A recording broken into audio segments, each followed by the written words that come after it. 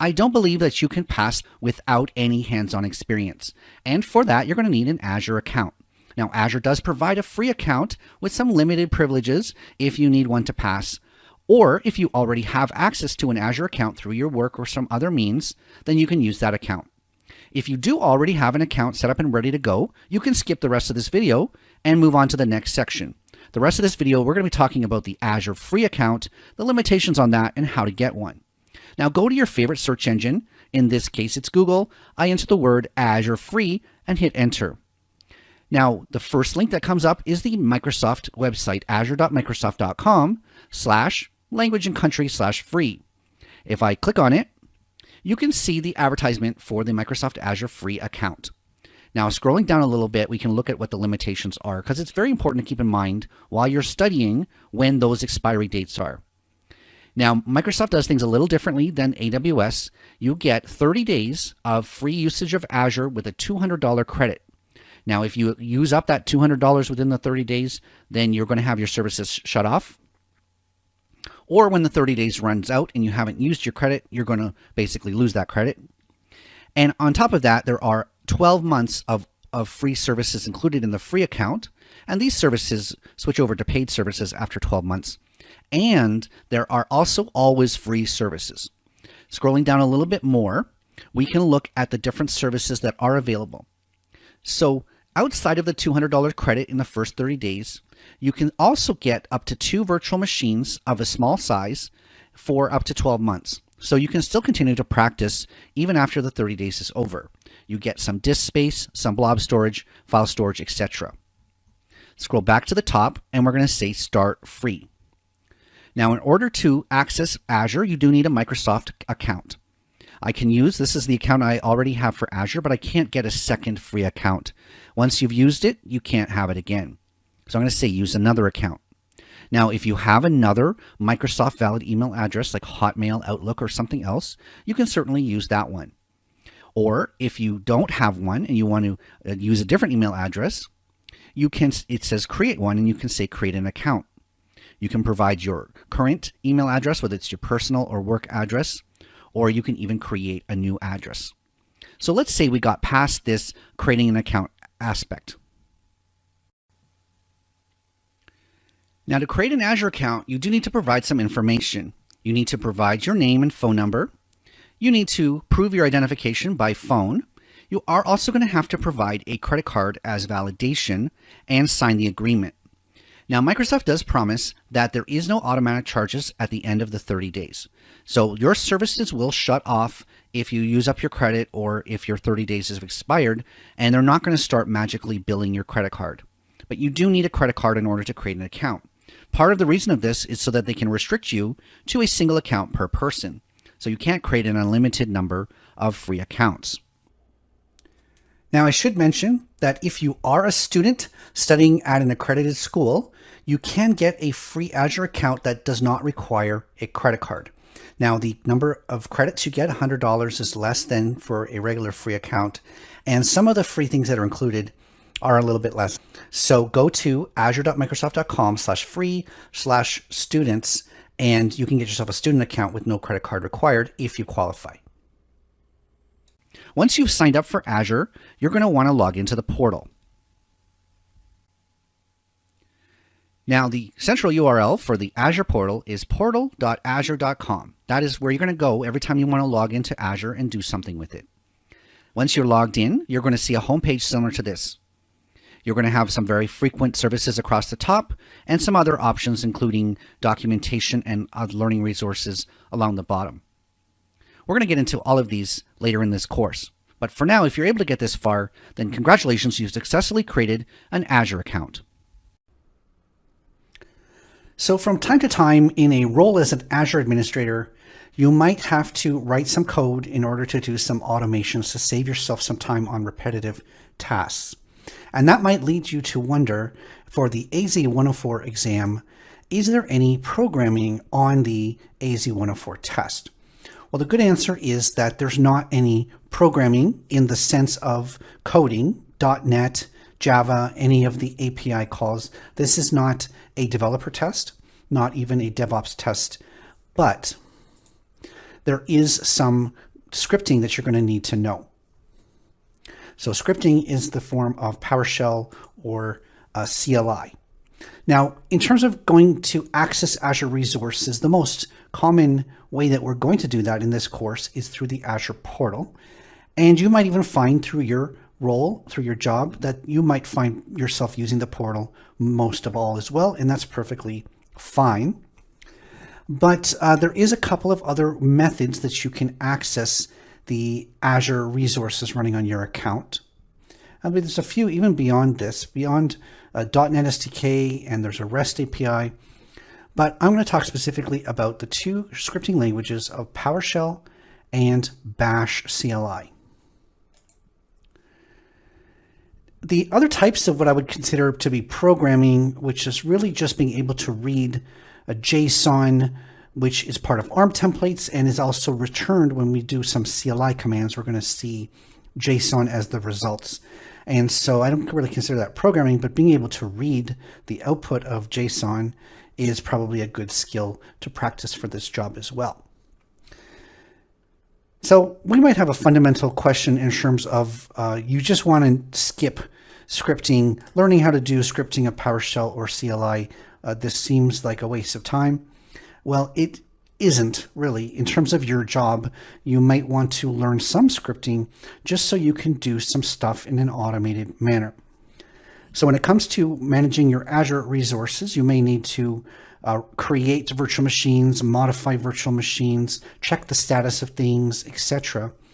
And having to remember those commands in your head could be a little burden. Having to remember a multiple step process does introduce the possibility of error. So if you've got a 15-step process to create a virtual machine, then you may get some steps backwards and it's going to take a longer time. So there's a lot of good arguments for introducing some automation, some scripts into your repertoire in terms of having, stuff that you use on a daily basis that helps you manage a complicated Azure environment. Another good use for scripts is that you can check them into some type of source control or central repository, and that way other people can share in your scripts and you can actually track the changes over time. So if you were using one particular set of scripts all of last year to create a set of virtual machines, and then you make a little tweak to it because of a new feature or because of an enhancement, then you can see when that change happened in your source control repository. Again, the source control should always contain the latest version of scripts as well. So there's no hunting around to see who has a more updated version of the script based on the date and time of the modification of the file. Scripts do reduce errors, and so if you are frequently doing something, just being able to run a little command line utility is going to be a big benefit to you, as opposed to, again, having to remember all of the tasks. Now, this is little talked about, but I also find scripts to be a form of documentation. And so when you are asking, hey, how do we go and do this? Looking at the way that the script does it is probably the most up-to-date answer to that question. If you have scripts that you use on a regular basis or your team uses on a regular basis, then you don't need to write flowery language. You don't need to have Microsoft Word files that are describing your process. You can see the process. You can see the variables. You can see the order of operations. Code is a form of documentation if you can read the code. Now, like I said, the Azure portal is the most frequent way that we're going to access the Microsoft Azure in this course, and maybe even in your job. The URL for that, if you don't know, is portal.azure.com. Now, when it comes to the exam, the AZ-104 exam, it is also worth asking, how will Microsoft test me on my Azure knowledge? So there has been over the years what's called performance-based labs. And so sometimes within the Microsoft exam, Microsoft will provide you a real working Azure environment for you to go in and ask you to perform a series of tasks. And so you're just going to follow exactly what they say. If they say, go and create a virtual network and give the network this name and create this subnets and have the subnets named this with the following address ranges, then you're going to follow those tasks specifically. Now, the good news about the performance-based labs is that it doesn't matter exactly where you click and how long it takes you to create this task. You can, maybe you don't know exactly where the SSL setting is, and so you have to click a couple of things to find it. I find that to be a much more forgiving method. So you can use the portal, you can use the PowerShell command line, you can use CLI command line, and as long as you do the task, the virtual network with this name and this address range is created, then you're going to get the credit for that.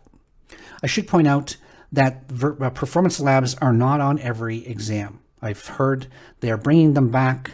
Sometimes they go away if they're having challenges with it. So performance-based labs are a hit and a miss whether you're going to see it or not. The second way that they'll test you is sometimes you'll find code is part of a question. So you'll go and you'll look at a question and it'll say, which of the following lines of code completes this script? And you'll see 10 lines of a script with 1 line missing, and you're going to have to look at the A, B, C, and D answers and pick which is the line that would work to complete what the script is trying to do. So even though you don't have to write code, you do have to read code and comprehend what it's doing and understand what's missing.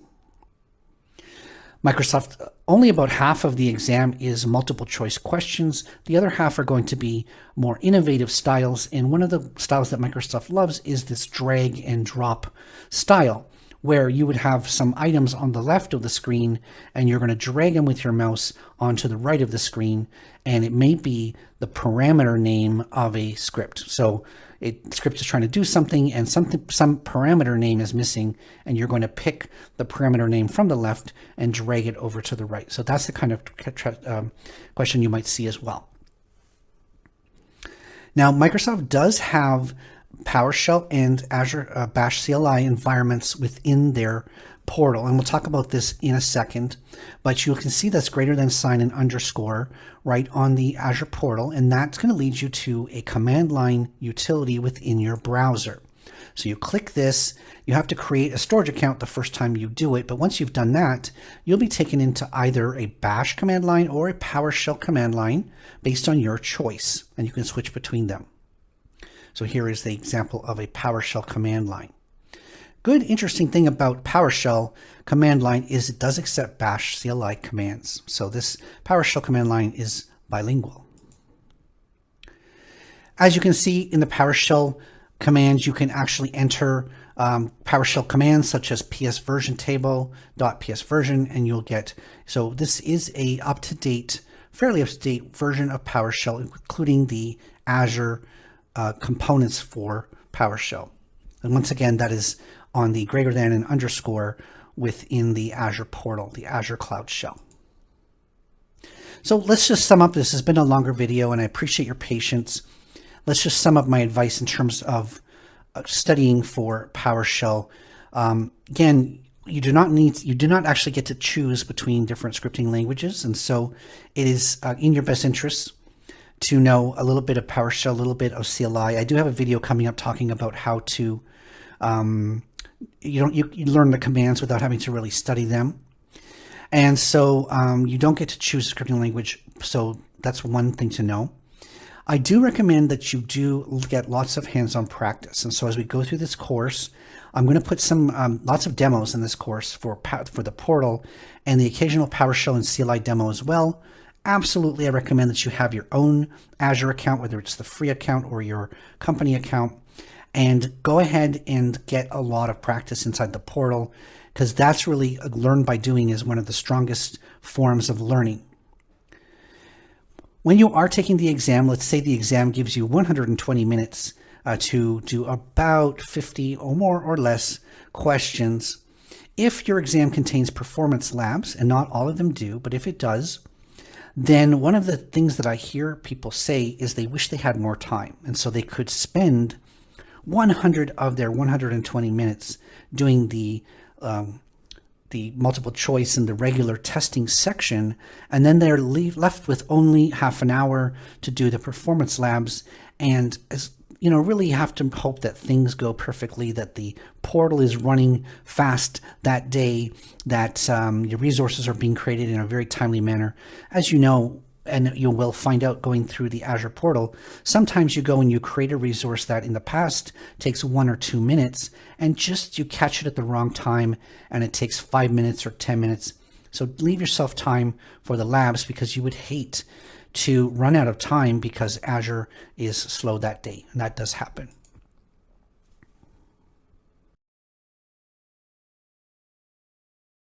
Moving on, we are also getting out of the core sets of services. We're talking about microservices. And so you may have heard this term service fabric. It is another way of managing applications that are running on a virtual machine. Functions are small pieces of code that you can write even in the browser. There's a functions editor built into the portal. Logic apps very much remind me of SQL Server integration services or a Windows workflow, where you've got logical steps either in parallel or in serial that happen one after another, if-then statements, conditional loops, etc. API management is a powerful service that you can put in front of an API to throttle it and to secure it, put some rules in place, or even to modify the data as it comes and goes. And finally, we talked about containers, and containers are effectively a microservice. You can create multiple small container apps, run them in Kubernetes service, and basically becomes a microservice. Another one of the foundational technologies, of course, is networking. Now, networking is actually a fairly big topic. As you would imagine, in the cloud, there are dozens and dozens of services related to networking. So I'm going to break them down into 4 categories. So networking can be broken into connectivity, security, delivery, and monitoring. So the connectivity services in cloud computing is basically what you expect when you're thinking about networking. This is what would normally be cables and wires and hub switches on your physical network, but this is all software in the cloud. So it's called a virtual network because it's just a database entry. Microsoft already has their own physical network, and they're not plugging and unplugging cables based on your commands. Wide area network virtual WAN allows your offices to connect to each other with Azure as the middleman. ExpressRoute's a much faster way to connect your office into Azure. Costs a bit more, but it's a private network, doesn't run over the internet, and it's encrypted, and it's faster. Of course, if you don't want to get an ExpressRoute, you can use a traditional VPN. There are point-to-site and site-to-site VPNs. That way your office or your computer can connect into an Azure network securely. It's encrypted. It does run over the internet, but people shouldn't be able to spy on your traffic. We've got a section that's talking about the Azure DNS service. It's basically a way of having private or public domain names managed by the name servers within Azure. Peering is a way of connecting multiple virtual networks together so that you can have your services in one region talking to the services in another. By default, these things are fairly cut off from each other for security purposes. Deny by default is a big thing, but if you can set up a peering relationship, then you can allow traffic to go through. And Azure Bastion, relatively new, it's been around for a couple of years, but it allows you to remote desktop into a server without having to open the RDP ports or run the RDP software. It is basically a more secure version of RDP. Now, the second category of networking is called delivery. And basically, this is how traffic is routed. Security. Rephrase. The second category of networking is called security. And these are, we're living in the cloud world, and hackers are a thing that you have to basically deal with. And so Microsoft provides many different services that allow you to shape your traffic and restrict unauthorized and unauthenticated people from getting to it. So network security groups is a fairly simplistic access control list style. Azure Private Link allows you to take what used to be public endpoints and turn them into private endpoints and then connect to them. Denial of service protection. Basic is free by default. You can upgrade to a standard version, which protects your applications as intelligent protection against hackers or denial of service attacks effectively. The firewall.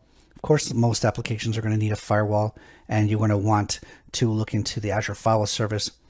Another type of firewall is WAF, the Web Application Firewall. This is built into the Application Gateway product. There was also a version for Azure Front Door, which we'll talk about in a second. but it's basically a firewall that can recognize some of the top 10 or top 20 most common types of attacks, cross-site scripting, and SQL injection, and all those things. And finally, virtual network endpoints. So the third category of networking is called delivery. This to me is like a traffic shaping or a load balancing type of networking service. The CDN, content delivery network service, is in here. Azure Front Door is like a global load balancer. Traffic Manager is a cool little hack of the DNS that allows you to distribute traffic around the world. Application Gateway and load balancers are two different types of load balancers. One being an application level 7 load balancer, the other being transport level 4 load balancer. And then the last category of networking is called monitoring. And so, without this being your own network, you don't have an easy way of watching traffic travel over your network. And so Azure has different services that allows you to debug problems, investigate things. Like, let's say you're not able to connect into your Azure network. You need to understand what part of your security is blocking it. So those are the monitoring services. And this has been a long video so far, and I appreciate you still being here. But there are literally hundreds of other services, everything from machine learning and cognitive services, the media services for transcriptions of videos, Internet of Things, the event hubs and queues, the service bus, chatbots, hundreds of services in Azure.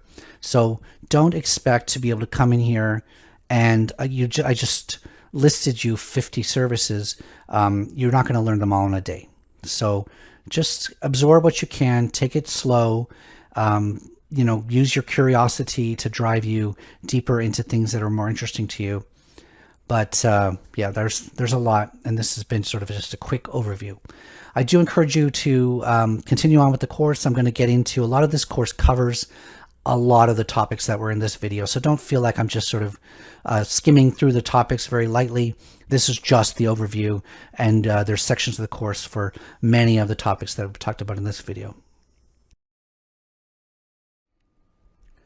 So in this section of the course, we're going to be talking about role-based access control. This term is abbreviated as RBAC or RBAC. So RBAC is a security feature in Azure that allows you to grant specific permissions to users, groups, or applications based on their roles in your organization. So you get very granular control over permissions that allows you to have increased security as well as increased compliance with your various regulations and policies. Now, at a very basic level, in order for a user to be able to do something either within your application or within Microsoft Azure itself, it needs to have permission. And what this means is that there's a table somewhere within Azure of all of the users and all of the permissions that those users have to act within your environment.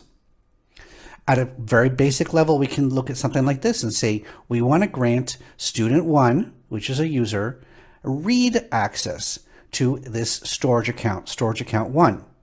And that is a single permission listed in a table. But if you think about a larger organization with tens of thousands of users and perhaps thousands of resources, including storage accounts and virtual machines and apps, and not only read access, but write access and ownership access, all of these types of permissions become very difficult to manage. You can take your 10,000 users, multiply by 1,000 odd permissions that they can have, and that gives you millions of permissions that would be stored in this type of table. So what is the drawback to this assigning individual permissions to individual users? Well, Microsoft has something called the principle of least privilege. It's more of a general policy within IT. And that is, in general, to have the best chance of having a high security system, you want your users to have the fewest amount of permissions that they can have. So don't just grant everybody in your organization administrative permissions. Try to be more granular and grant read permissions to people who only need to read stuff, update permissions to people who do need to interact with the data but don't need to own the data, and be very selective of who you give administrative permissions to. So if you're doing this types of one-on-one permissions to users mapping, you may have some users in your organization that end up with too many permissions. You can imagine somebody who's been with your company for years, let's say 10 or more years, have had a lot of roles in your organization, moving from job to job. They would then accumulate lots and lots of IT permissions on their user account. And their account is one of the more powerful accounts. Maybe other employees come to that person when they need assistance because they have permissions to do things that the employees don't. Inversely, you have some employees that are trying to do things that they should be allowed to do that end up not having permissions. You can have a brand new employee, and it might take months before you assign them all of the right permissions that they need to do their job. So this increases the cost and the effort in order to maintain your permission system. You are going to have a help desk that's going to receive queries every day asking for permissions to do things. Then they have to wait for those tickets to be responded. It slows everything down, and you end up with lower productivity across the organization. And because you do have users that have too many permissions, you have a higher chance of some type of attack, identity attack, where a malicious user gains access to your system and can do things that you don't expect them to be able to do. So there is a system called role-based access control. In this case, there's this concept of a role, which is like an abstraction. When you create a role, you're basically defining a job that someone can potentially need to do. It may not map to your job titles, but you can sort of generalize what the roles are in your organization, who needs read-only access, who needs to be a contributor, and who needs ownership access to various resources. You can loosely define those into an abstraction called roles.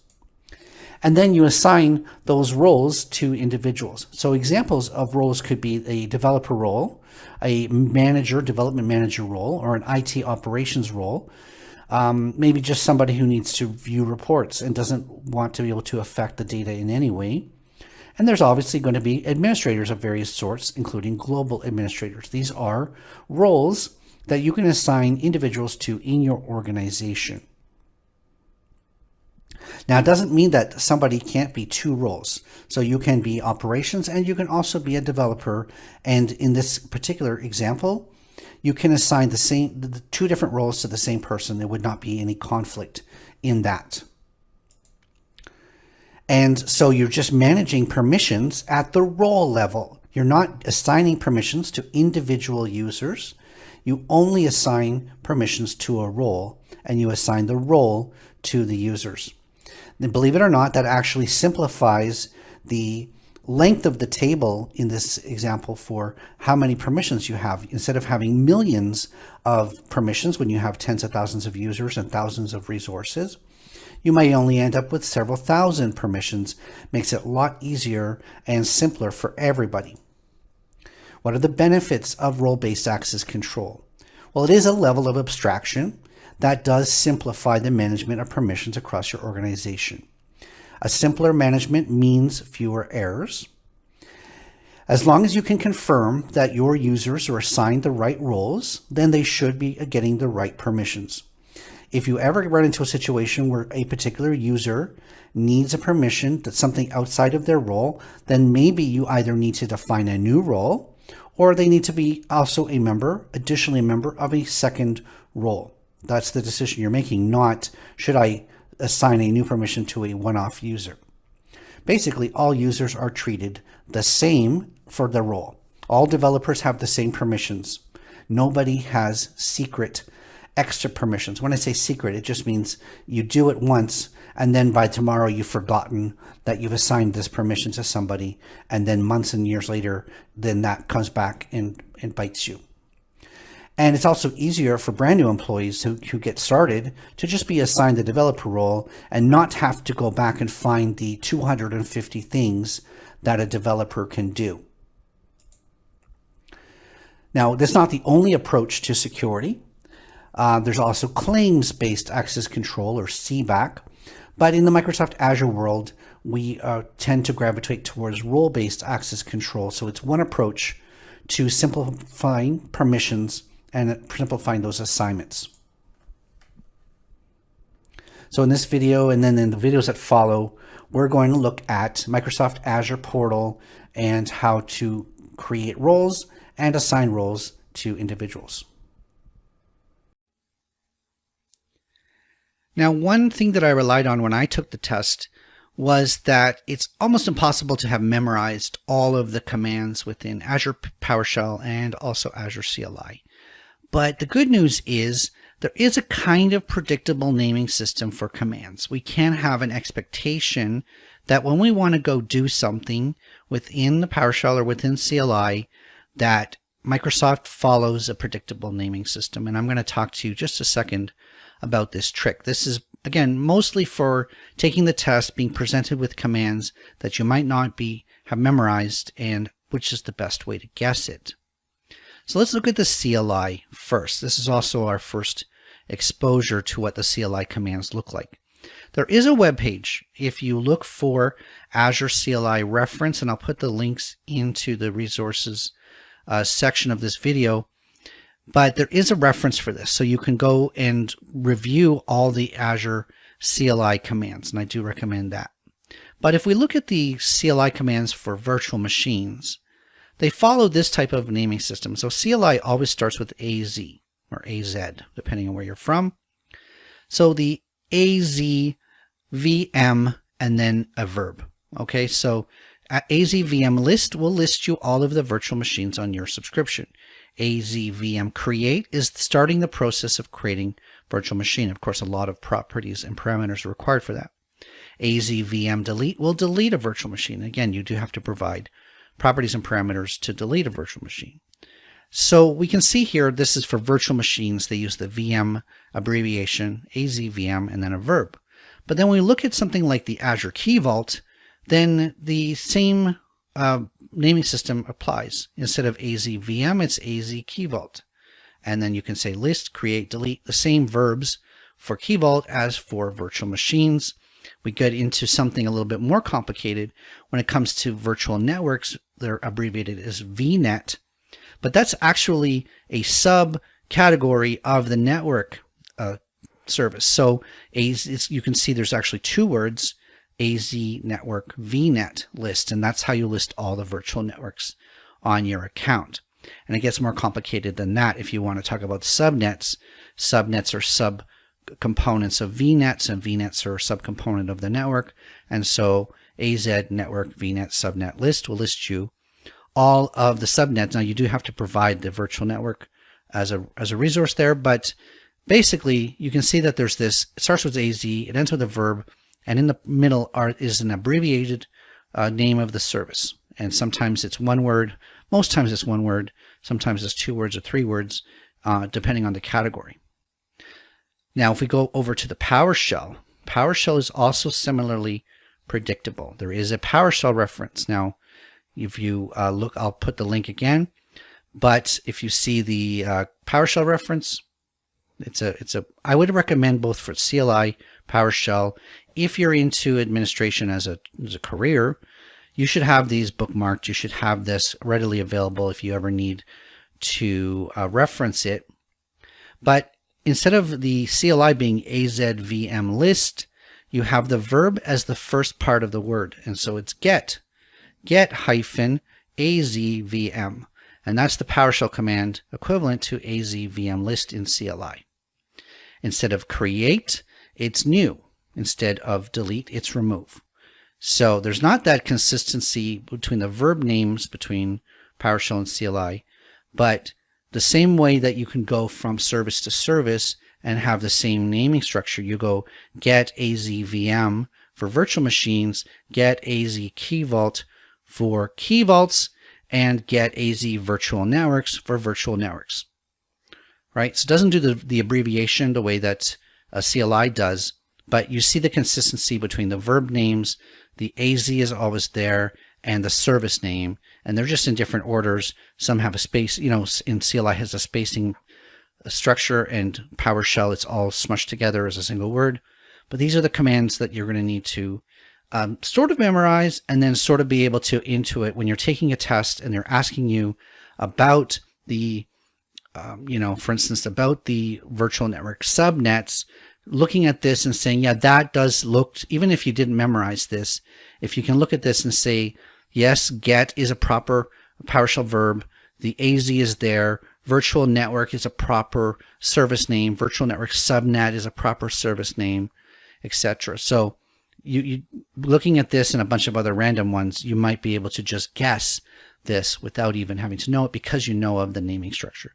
So go into those reference documents. Again, the links will be in the resources for this video, and have a look at the way that these commands are named and recognize that pattern. And so when you take the test, you'll be able to guess 2 or 3 of the questions simply because not that you memorized it, but that you know that that's a proper way that a PowerShell command is formatted.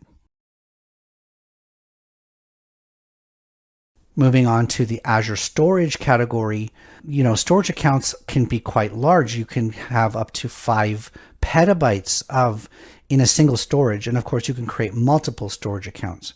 Storage accounts don't cost you anything to create.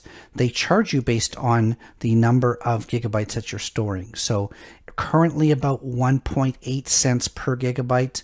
So if you were to try to fill one up to get that 5 petabytes, in terms of storage, you're going to have quite the bill every month, something like $50,000 a month if you can fill up a single storage account per month.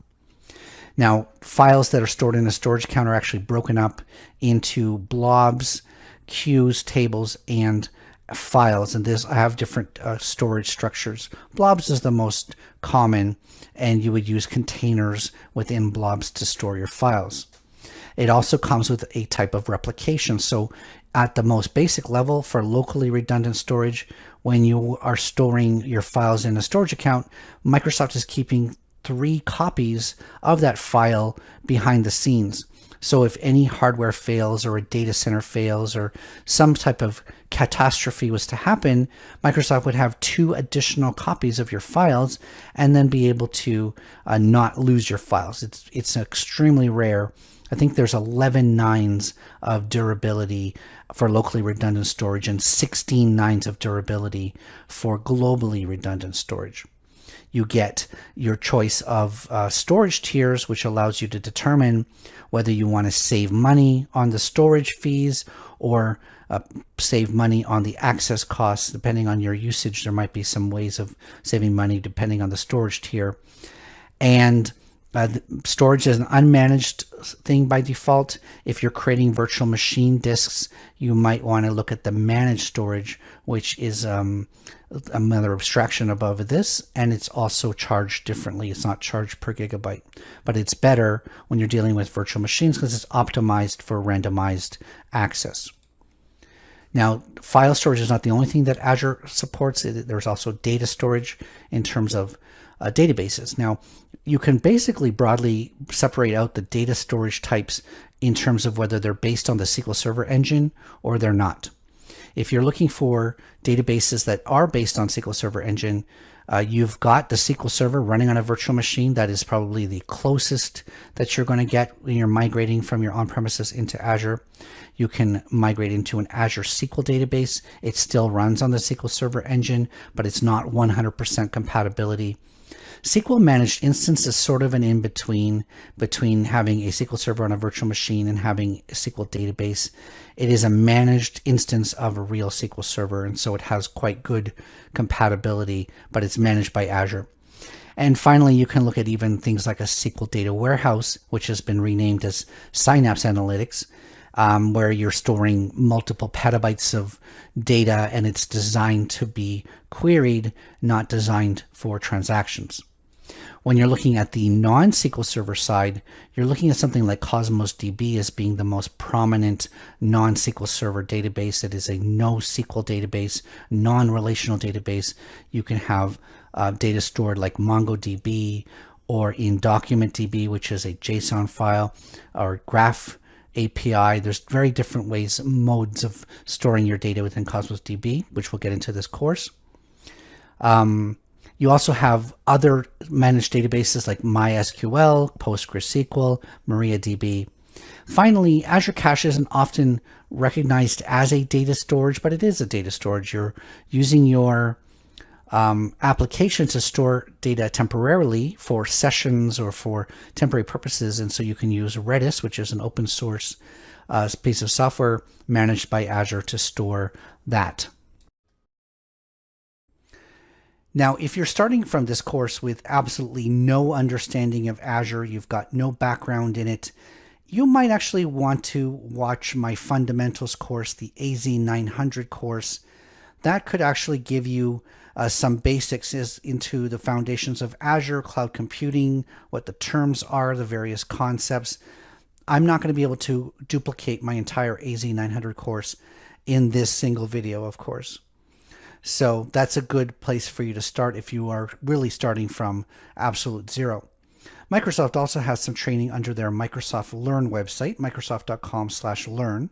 Here's an example of a 10-hour Azure Fundamentals course. It is a lot of reading, and there'll be opportunities for you to practice what you learn as well. Totally great. I highly recommend it, and they're always adding more information. There's hundreds of modules of it, basically. So go check out Microsoft Learn as well if you are starting from scratch and need to know the basics. But in this video, I do want to talk to you about the basic Azure concepts. That way we're all starting from some baseline. Maybe you're experienced in some sections, but not as experienced in others. And so this is sort of my base setting video that before we get into the details of independent services in this course, we want to talk about the basics. Now, to me, the basics are those three core services: virtual machines, virtual networking, and storage. I look at this like a stool that has three legs. Virtual machines, virtual networking, and storage, almost every other service in Azure is built on one or more of these. So if you are using, machine learning, you're actually using a combination of virtual machines and also some sort of storage concept. And Kubernetes services are built on virtual machines and Service Fabric as well. Basically, this is the foundation of the house. This is the solid base on which a lot of other Azure services depend. And so it's important to talk about this so that we understand what we're talking about when we're using these terms. So in this video, we're going to go through the process of creating a brand new Azure Active Directory tenant. Now, as I said in the last video, you don't have to create a new tenant, because chances are if you have created a user, then you have a tenant at your disposal. Now, you may not be the owner of the tenant. So let's say your corporation has a tenant and they've added you as a user. And so you just have maybe very limited privileges to that tenant until you're in the position of being a global administrator. And so we're going to create a tenant so that you can be the global administrator to your own tenant, as opposed to being just a user in someone else's tenant. But like I said, if you have a free account or a pay-as-you-go account and you've been assigned a tenant by Microsoft and you are a global administrator, then you don't really need to create a second tenant, but I'm going to go through that process anyways. Now I'm on the home screen within the Azure portal, and everyone's home screen is going to look a little different. I do have quite a few resources in my account already, and these are sort of the most recent services that I've visited, and yours are going to obviously be different. So we're going to have to find this Azure Active Directory entryway. Now I have it pinned to my menu. Now let's talk a second about this menu. There's a menu that in my case is pinned to the left, and I can just expand it and contract it. Some other people might have a hamburger menu in the top left, and that becomes a flyout. That is settled under the settings, this gear icon. If we look at the appearance and startup, we can see that my menu is docked, but you might have a flyout menu, and I different have colors and themes and contrasts. And when I log in, I'm taken to the dashboard. You might be taken to your home screen, etc. And I have a default directory. So this gear icon under appearance is where you're going to find your settings. So I'm going to go into Azure Active Directory. Now what you could do is go under all services and start typing Active dir, and then you'll see this here. I have it pinned to the menu, and that's done through this star. There's a little star which is set a favorite. So however you get there, you find this pyramid and you get into Azure Active Directory. I'm going to minimize the menu again so we can maximize the space. Now I'm going to go through the management of a directory in a later video, but what we're concerned with is creating of a new directory. So we're going to go under this gear icon in here. It's called Manage Tenants. And we can see, like I said, I've been creating tenants for a few years now. You may only have the one single tenant. It could be that you're a user of it. It could be that you're an owner of it. Anyways, we're going to go under Create, and we're going to create a new tenant. For this choice, we're going to choose the Azure Active Directory default. We'll talk about B2C later. We'll go under Configuration. Now, the tenant represents the organization in the cloud. So technically, what you want is your company to have its own tenant. And in this case, this is going to be a tester dev tenant. So I'm going to call this My Dev Tenant. You can call it whatever you want. Now, Microsoft is going to assign this on Microsoft.com domain. And so you're going to have to come up with a unique domain that no one else has used.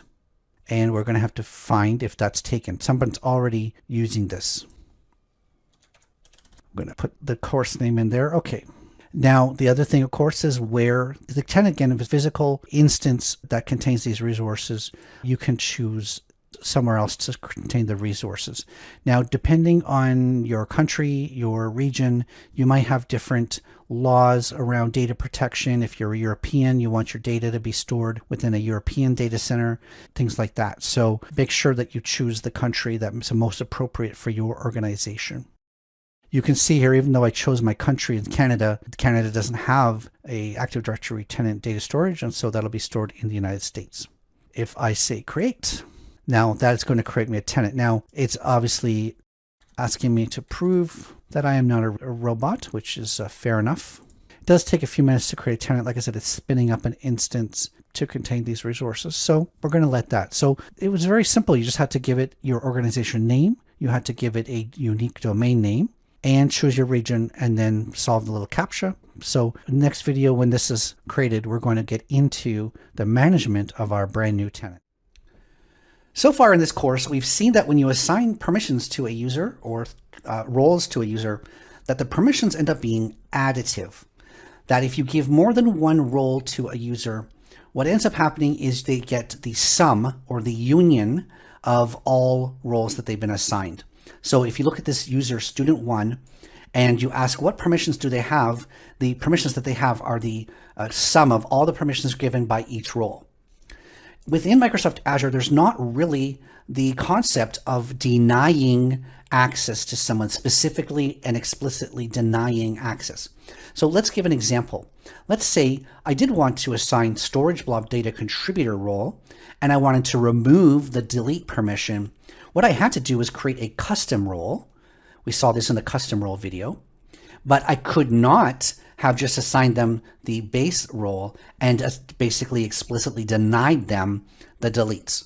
So the only way to deny access is not to grant them access at all, if that makes any sense. Now, you may see when you're mucking around with Microsoft Azure that there is this concept of deny assignments that is listed. If you go into a resource and you go into access control, you'll see deny assignments has a tab.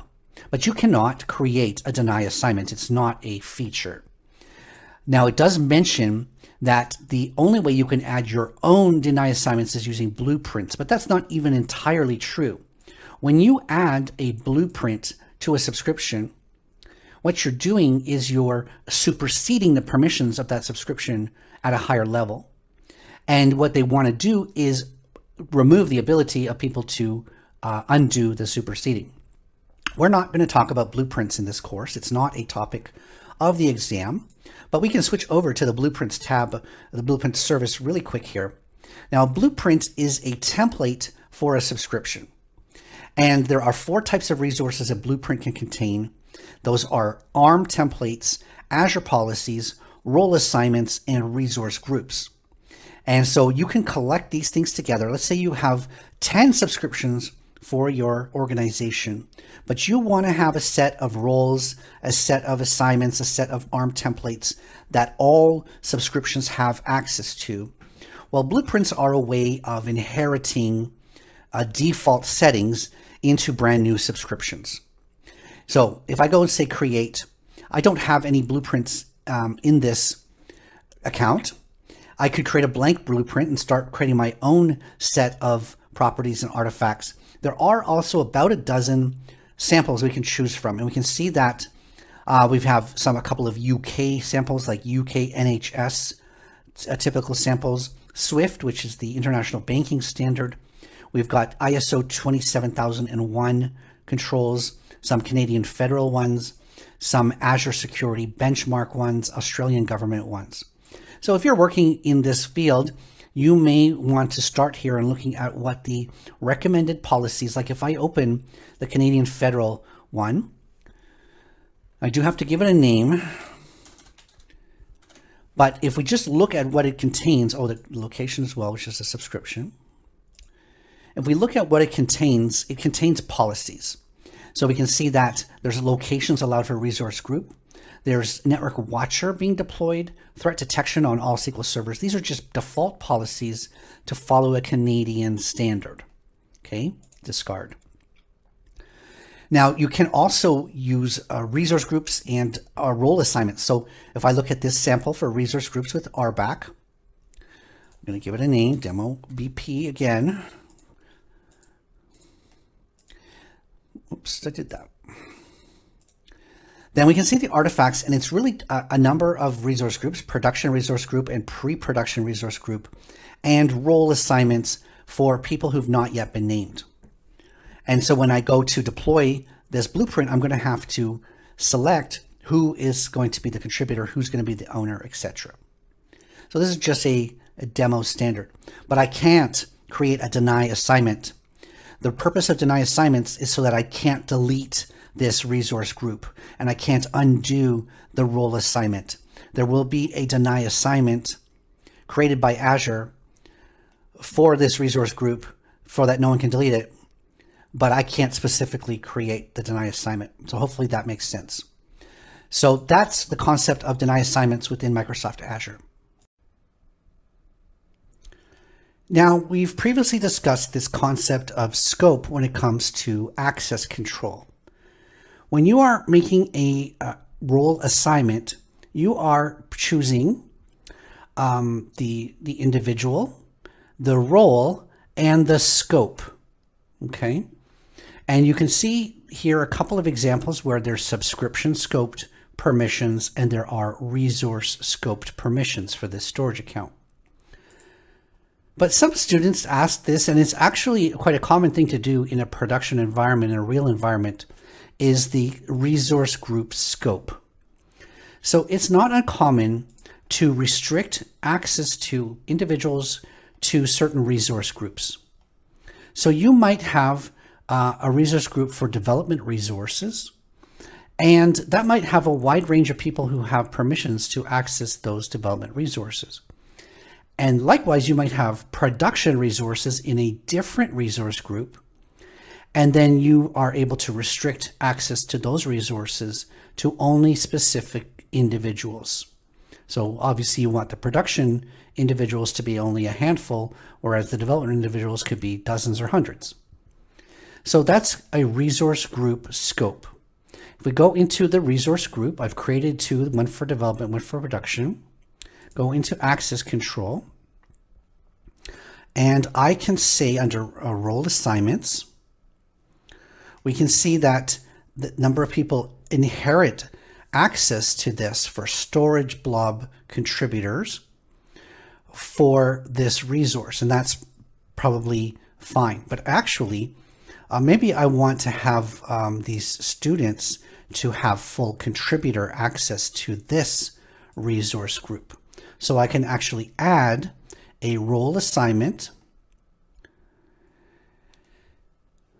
and I can say contributor access. So I'll just, instead of doing specifically for blobs and for queues and things like that, I'll just say for the development for resource group, I have full contributor scope. So I'm going to say select members. And I'm going to focus on students 1, 2, and 3. Okay. So I want in the development group, for the development VMs resource group, these 3 students have full contributor access. Now this actually gives them full contributor access, and it actually, whereas the student blob contributor without delete role actually restricts their ability to delete, these permissions actually enables their ability to delete. So you'll see here that there's we can call it a conflict, where you've got one set of permissions assigned here and one set of permissions assigned here.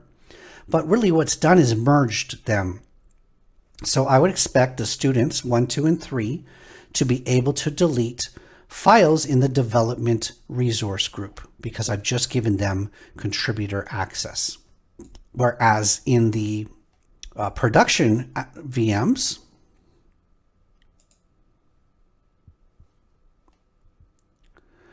we can see that they are going to inherit this, this type of permissions.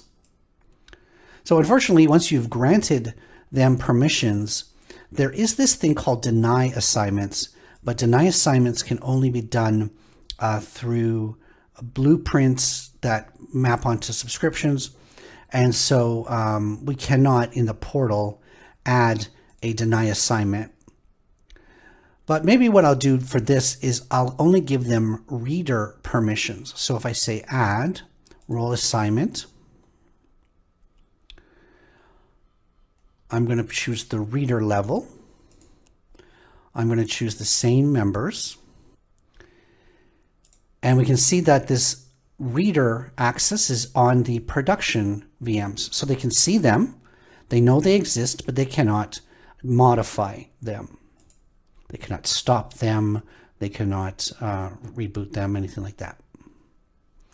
So again, when you've got 2 sets of permissions for the same account, the permissions are merged. So you're not ever taking away permissions, you're just adding permissions. And so in this case, they've got a reader access to the whole resource group, and they've got specifically blob data contributor access without delete. So in this way, you can work with resource group levels to assign access, and it's quite common, and this is done in a production environment all the time. So in this video, we're going to readdress the concept of a license within Azure AD. Now, in a previous video, we did compare the free version, the Office 365 license P1 and P2 licenses to see what features are in each. And as a result, I have upgraded to the P2 tier on my own Azure AD tenant. So what I'm going to do, I'm going to review the license, and I do have to actually assign licenses to my users. So if I go into the AD, on the left, I go under licenses. And I'm going to go on the left under all products. So we can see on this screen that I have 2 licenses that I pay for. I have my Microsoft 365 apps, which is, you know, Office and Outlook and PowerPoint and things like that. And now I have this Azure Active Directory Premium P2. Now I only purchased 1 license for that. Again, it's a monthly charge or a yearly charge per user. Now you may have noticed that we have gone into the users tab and we've created, right, 3 teachers, 3 students. I've got my original user. I have myself in my course teaching. So there are, you know, 6 or 7 or 9 users at this point, but I only purchased 1 license. That's because you don't have to assign a license to a user that doesn't need it.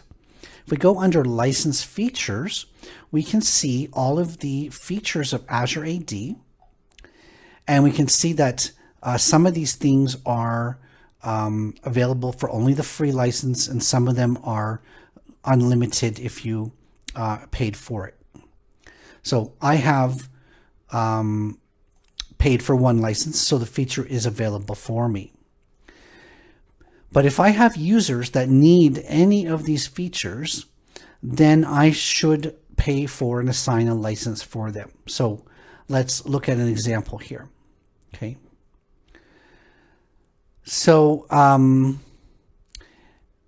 self-service password reset is one of the features that's available for this purchase. And we'll talk about this actually in the following video. But in order for users to be able to manage their own passwords, you have to pay for that. Otherwise, they have to call your help desk or call you and say, I need my password changed, and you would do it through a password reset on the user profile screen. But to have that functionality enabled, this is going to be a paid feature. So I would have to basically assign a license to the users that I want to have this type of feature. Now, multi-password authentication for administrator roles is included in the free tier. We saw that. But multi-factor authentication for phone and SMS is a paid feature.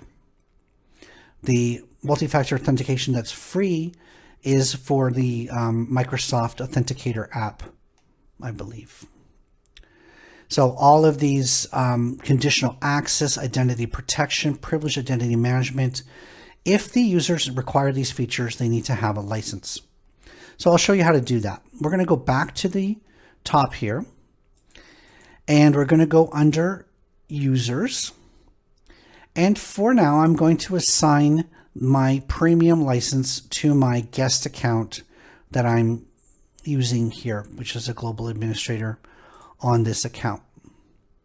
So I go under this account and I go under licenses, and you'll see that this account does not have any licenses.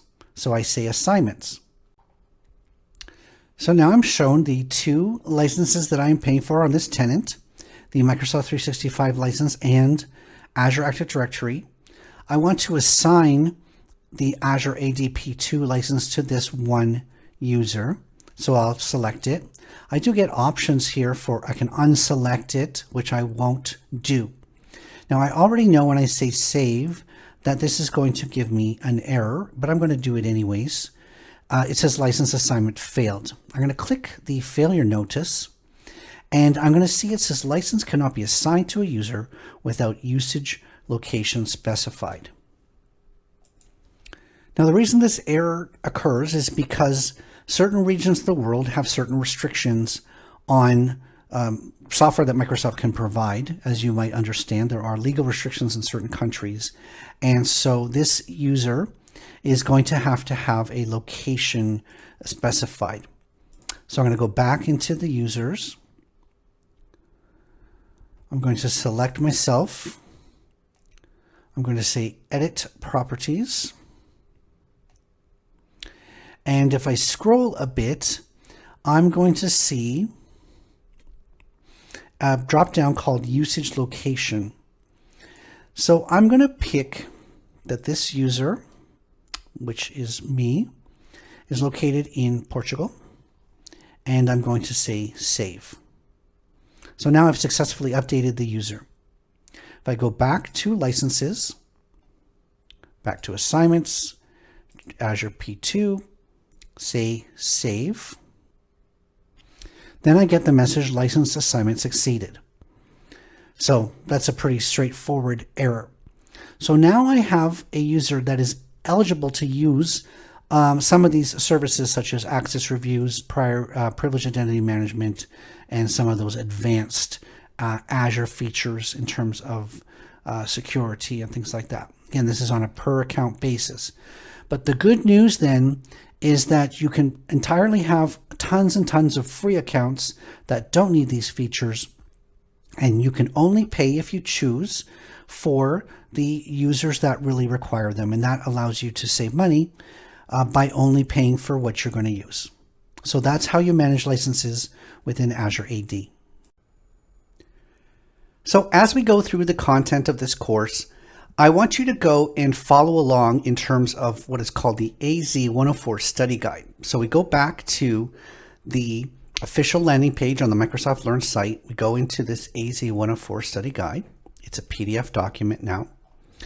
And if we look at the skills measured, the very first section of the course, talking about Azure Identity. And when we're talking about identity, we're generally talking about Azure Active Directory and all of its related services. This is a huge topic. It's very important for this exam. Now, there are specialties. There's an identity certification, but we do need to cover quite a bit about users, groups, administrative units, guest accounts, all that sort of thing in terms of managing identity within Microsoft Azure. So we're going to talk first about Azure Active Directory. Then we'll talk about the role-based access control called RBAC, the way that we assign permissions to these users. And finally, we'll talk more generally about Azure and the concept of subscriptions and the way that you can implement your company's policy and what's called governance. Okay, so the first section is on Azure Active Directory. Now, one of the big developments this year is that Azure Active Directory has been wrapped into an umbrella product called Microsoft Entra. There's been some discussion on this Entra name.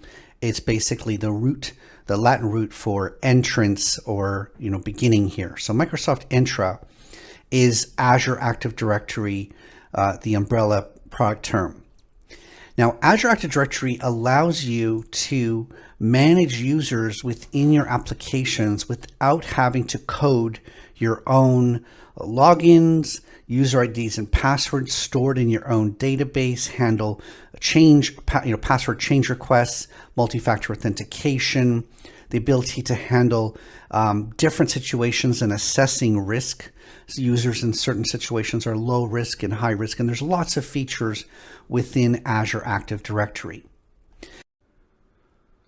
All right, like I said, Microsoft Azure AD is now being called Microsoft Entra. And so if you look for the Entra pricing, you're going to see this product page, which will do a comparison between the various plans. Now, the good news is that Azure Active Directory has a really good basic free tier. Every time you create a brand new subscription or tenant inside of Azure, you're getting a free subscription until you then upgrade to a paid plan. And we'll go through what you get with the free subscription in a second. There are also upgrades available to Azure AD Premium P1 and Premium P2. And there are costs associated with that. The P1 is $6 per user per month, and the P2 is $9 per user per month. The good news is that you don't have to assign all of your users to the premium plan. So let's say you have an organization with 1,000 users, but you don't need the advanced conditional access and access reviews and all of the advanced features for every one of those users. So you might be able to get away with having 900 users using your free plan and only 100 users using some form of a paid plan because there's a special protection required for those users. And we'll talk about conditional access and privileged identity management and things like that in this video and in this course. So that's the basics of pricing is you have the free tier, and then on a user by user basis, you can choose to upgrade. You purchase a batch of licenses and then you assign those licenses to specific users. There's also an Office 365 license or a Microsoft 365 license, as they call it now. And there's also special rules around a global administrator. So if you are the global administrator for an AD tenant, you are going to have additional features that a non-administrator will have as well. So on this pricing page, they do have this comparison. So if we scroll a little bit, we can see the basic sets of features that are available for free tier, P1 and P2. So there are limited sets of features available for the free tier, of course. Under all of these categories, we'll expand that in a second. We'll see that not all of them are checked. The P1 has some full features with as well as some limitations, and P2 is basically access to everything. And there's even this Entra ID governance tier, which is you can basically upgrade from P1 or P2 into this, with gives you specifically governance related features. So the free tier, as well as whenever I say free tier, the P1 and P2 obviously get access to it too as well, is going to be the basic authentication, which is users and groups, whether you are authenticating on premises and you're just using what's called pass-through authentication. Your application connects to Azure AD. It does the authentication, but it doesn't have the data, so it connects to the Windows Server AD in the background or some other authentication provider. There's also federation, which is trusting some other third party. That could be another AD somewhere else, or that could be business to business. You know, you've got a partner and their users are logging into your applications. Single sign-on, which means the users are using their Windows user ID and password to log into your apps. They don't have to have a separate ID and password for that. Various modern authentication, so SAML and OAuth, these are internet available authentication methods. As you may know, the internal to your intranet, when you're using Windows AD, you're going to use other authentication methods, and those are not valid for the open internet. As that's for the free tier. Now, as you go up to P1 and P2, being able to have applications assigned permissions to entire groups instead of users per user is an advanced feature. Microsoft Defender is a security product, which is available at higher tiers. Secure hybrid access. I was talking about these internal protocols, so LDAP and Kerberos are two internal authentication protocols that are not internet active, but there is a way of setting up a hybrid access for that. You're not going to get any kind of service level agreement unless you're on a paid plan. Customizable user sign-in, so when the end user logs in, they're going to see a generic page unless you go and you customize it with your logo and with some welcome text or what have you. Next up, we're talking about basics like role-based access control. So even free tier users can be assigned permissions. That makes total sense for built-in roles. User group management, basic stuff. Advanced group management, so having groups that are dynamic, where users that get brand new added to the system will automatically qualify to be part of certain groups. That is a paid tier feature. Synchronization between the Azure Active Directory and the backend Active Directory using Cloud Sync is available for all the tiers. Monitoring analytics, so making sure that your synchronization is healthy. There's a health product that will monitor that. That's a paid product. Delegation of administration roles, that's available for all, etc. As these features, not all of these features are on the exam, so I can understand if a lot of this stuff doesn't sound familiar to you. So first of all, it's not all on the exam, and second of all, there's going to be sections of the course breaking down these things as they're required. But I just wanted to get an overview of what's included for the various levels. Now, self-service, believe it or not, that's not free in the free tier. So, for instance, if you had cloud-only users, yes, they can change their password without having to call support. But if there's an on-premises user who wants to update their password, or they get locked out and they need to unlock it, that is not available unless you're on a paid plan. Okay. Multi-factor authentication. So basic MFA, of course, this is now becoming critical in modern identity environments. And so MFA is a free feature for all tiers. Even the modern, passwordless, which is, having the computer webcam recognize your face, the face unlock, or the swiping your phone with a pattern, which is not a password, it's just a pattern or a PIN code. That's passwordless, and that's available with the free tier. Any of these advanced features like conditional access, so having users get additional scrutiny if they're remote from home or on the road or on their phone, that gets additional scrutiny versus being in the office or on the desktop computer and things like that. So those are advanced features. So having custom banned passwords, maybe you don't want your company name to be a valid value in your password. That's an advanced feature. The next group is called identity protection. Now, this is where we get into the P2 features. This is the $9 a month plan. So having conditional access. So again, based on basically this is an AI or machine learning evaluation of the risk of the user. The authentication context. Any kind of risky accounts or vulnerabilities.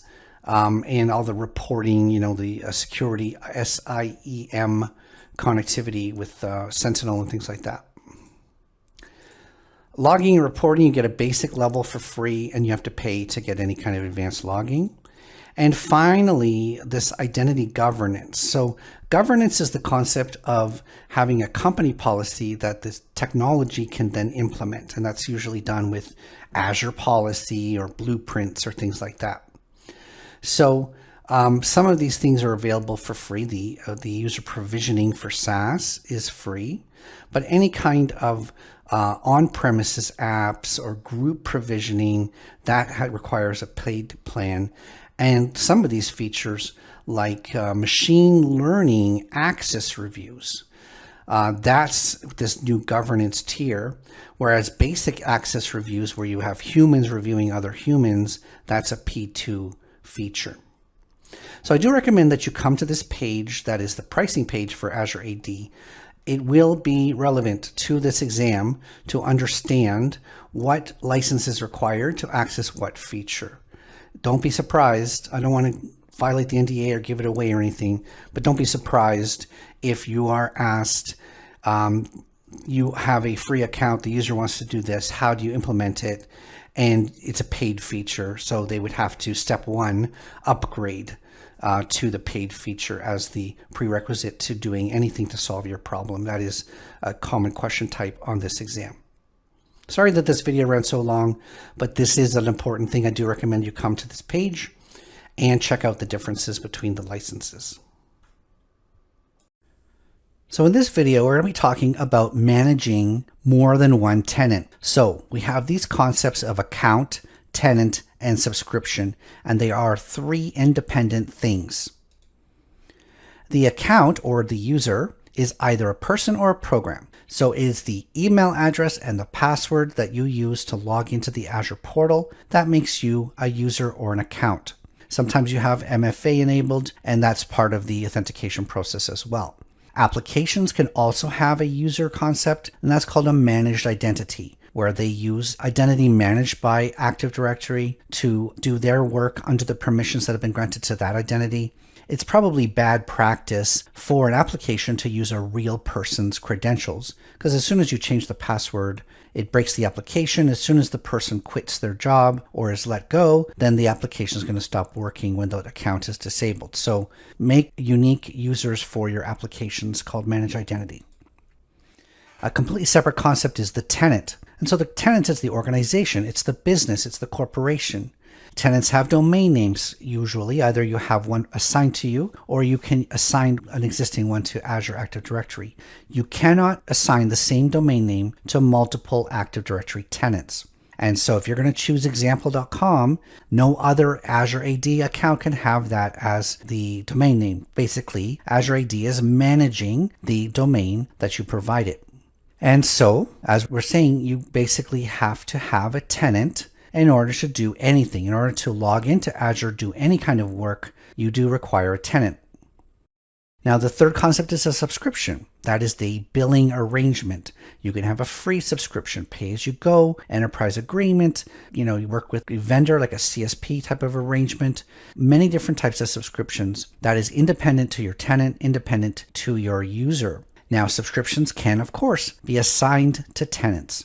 Not every tenant has one, so I can create a tenant that doesn't have a subscription and therefore can't create any resources inside of it. Or tenants can even have more than one subscription. So anytime you create a resource, you're asked to choose the subscription. That's because tenants can have more than one subscription. And it's not restricted to having a single account. So you can assign any number of accounts to your tenant, and they have different roles. Everything from being an owner, contributor, reader, and hundreds of smaller subdivisions of those types of roles. So that is the concept of subscription, tenant, and user. All right, so I've started PowerShell 7 on my computer, and we can see here it's running in administrator mode as per the title bar of the window, and it says PowerShell 7.2.3, but it also does warn me that there is a new version available, 7.2.7. And so what we're going to do is we're going to go to the PowerShell GitHub repository, PowerShell project, and download the latest release. So here's the page, and you can see here that 7.2.7 is marked with the latest tag. Scroll down here, there's a bunch of the MC5 hashes or SHA hashes for those deployments. I'm going to say show all assets. And I'm interested in the Win64 version. You can get the code as a zip or the MSI installer package. I'm going to download the MSI package. It's more convenient for me. You're going to choose OS X, Linux, or whatever operating system and CPU that you have. So actually, I'm going to close this window, and we'll install the latest PowerShell 7. I'll just overwrite.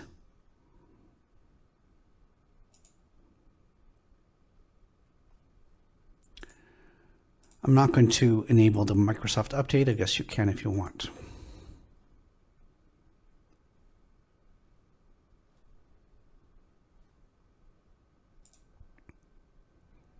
So let that run.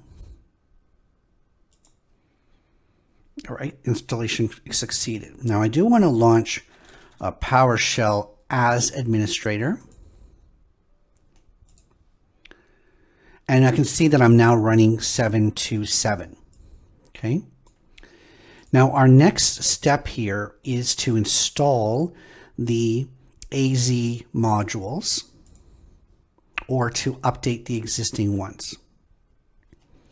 So what I'm going to do here is I'm going to check to see what versions of the AZ module I already have. So it is get-installed module for the name AZ -all versions.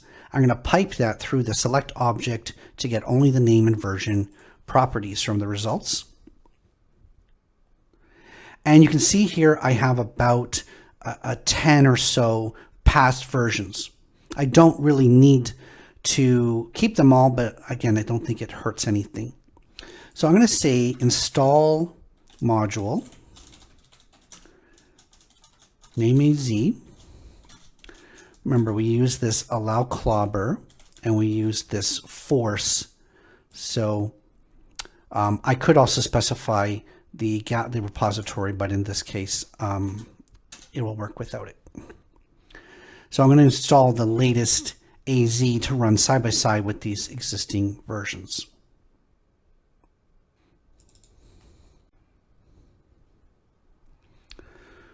We'll see it being downloaded and installing. It does this in a bit of alphabetical order here. So az.fhi,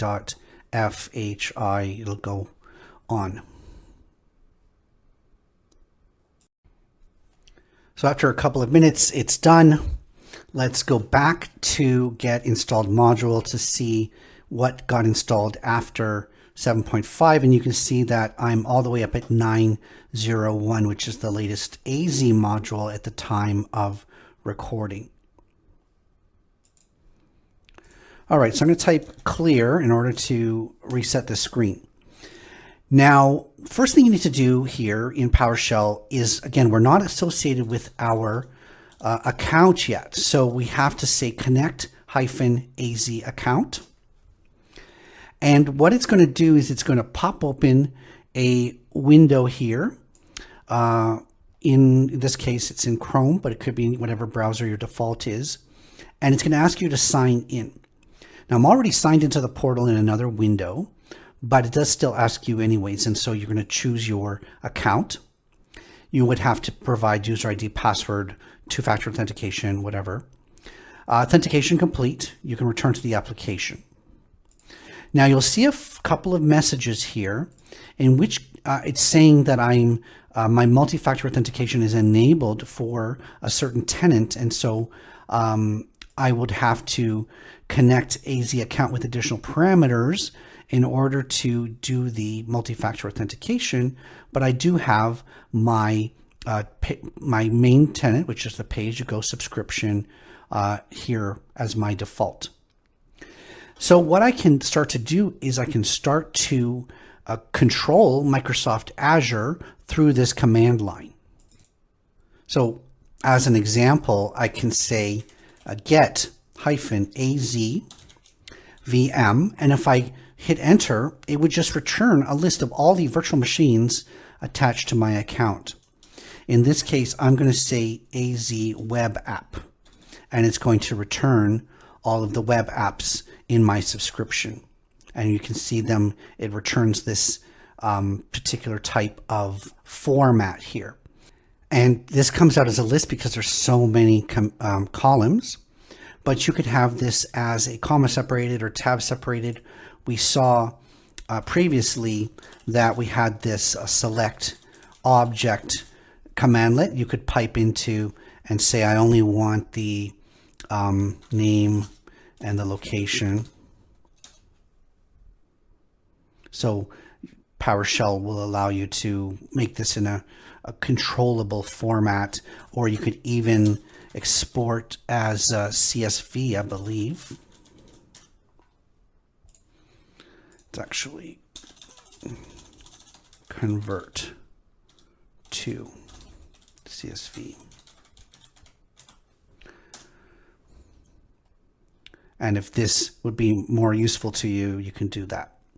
So PowerShell, quite powerful. There's a whole courses on it, whole books on it, but you can actually interact with Azure and manipulate that data, use that in some type of automation, scripting, things like that. We're not going to teach PowerShell, these types of things in this course, but it is good practice, especially for AZ-104, to interact with Azure, not only with the portal, but with PowerShell as well. All right, so the purpose of this next lesson, I'm going to create some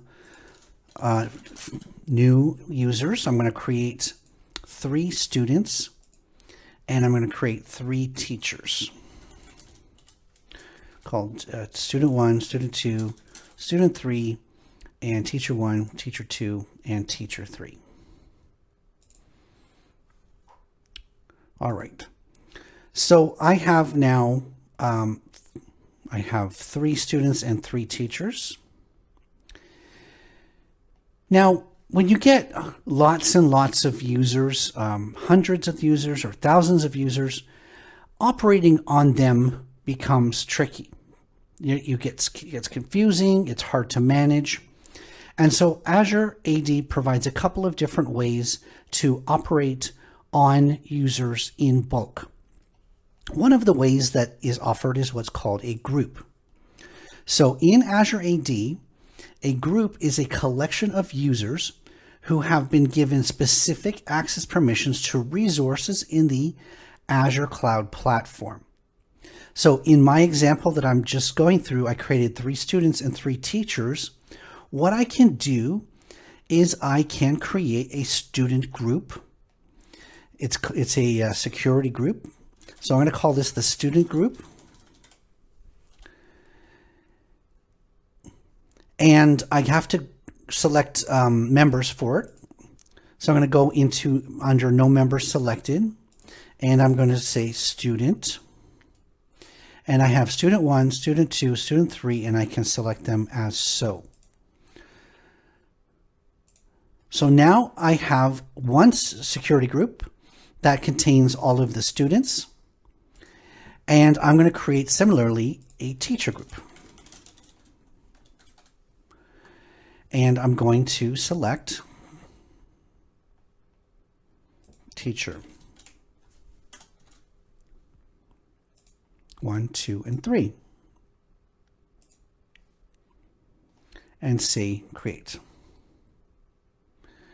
So by default, assigning people to a group doesn't actually grant them any new permissions. It's just an organization structure.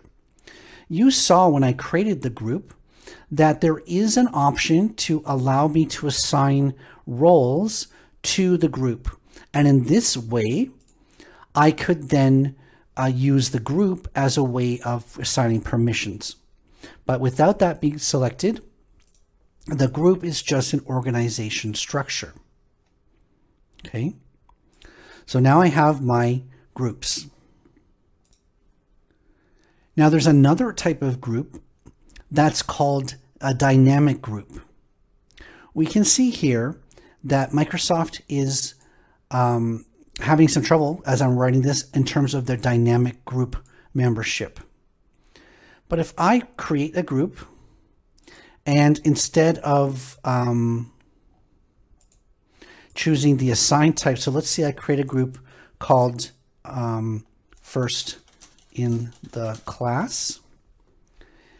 And instead of creating a group that has an assigned membership, I can create a group that's dynamic based on a query.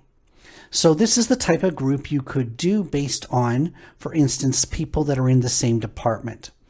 And so if somebody is new, is added to the department, they can be automatically added to a related group using this query.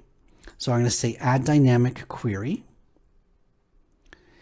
And let's say I'm going to choose the display name as being the property I want to operate on.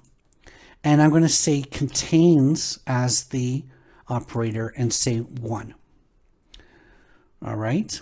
So if the user display name contains the number 1, that should make them part of this first in the class group. And in the context of what I've already created, teacher 1 and student 1 will fulfill this. Now, this is rather useless in terms of creating a group based on display name, but you could have groups for disabled users. You could have groups for departments or countries. You could have group based on job title. You can see all of the various properties that are available. If those properties have values in your system, then you can create dynamic membership groups that automatically add and remove people based on dynamic rules. But as we can see from the banner, Microsoft is currently having trouble with that feature, and so I'm not going to be able to demonstrate that other than we have this first in the class group that should have 2 members when this feature is working again. Now we can see a context here on the left of what you can do with groups. Now I already disabled, or I didn't enable, the authentication aspect, but I can enable privileged identity management rules on these, and we'll talk about that later in this course.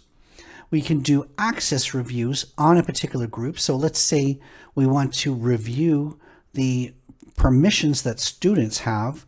Well, we can assign an access review process to the student group. And so all members of the student group would be up for review. We can see audit logs. We can do bulk operations on these groups. So groups are just a way of organizing users based on either a fixed assignment or on dynamic assignment.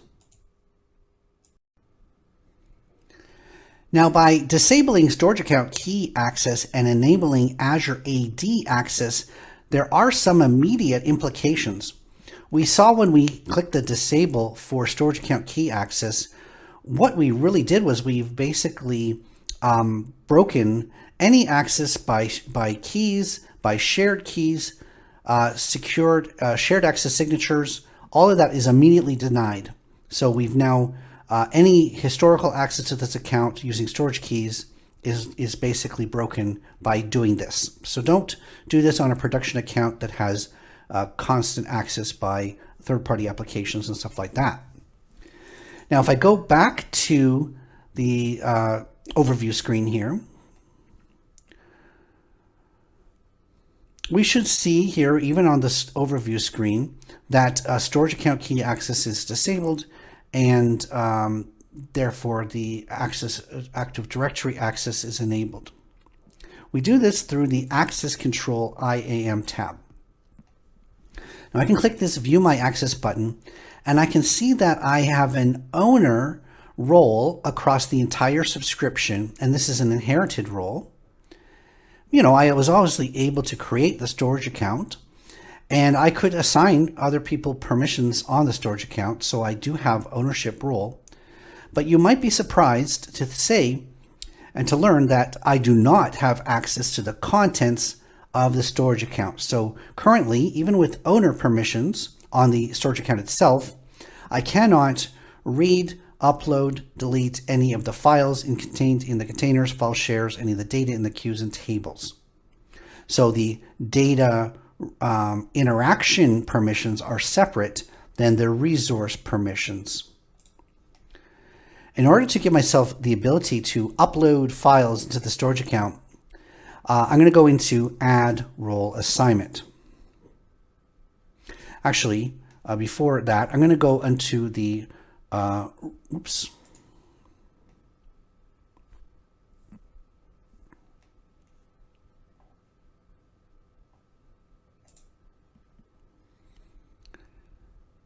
Three, two, one. So let's flip over to the Roles tab here, and we can see that there are dozens of roles relating to this storage account.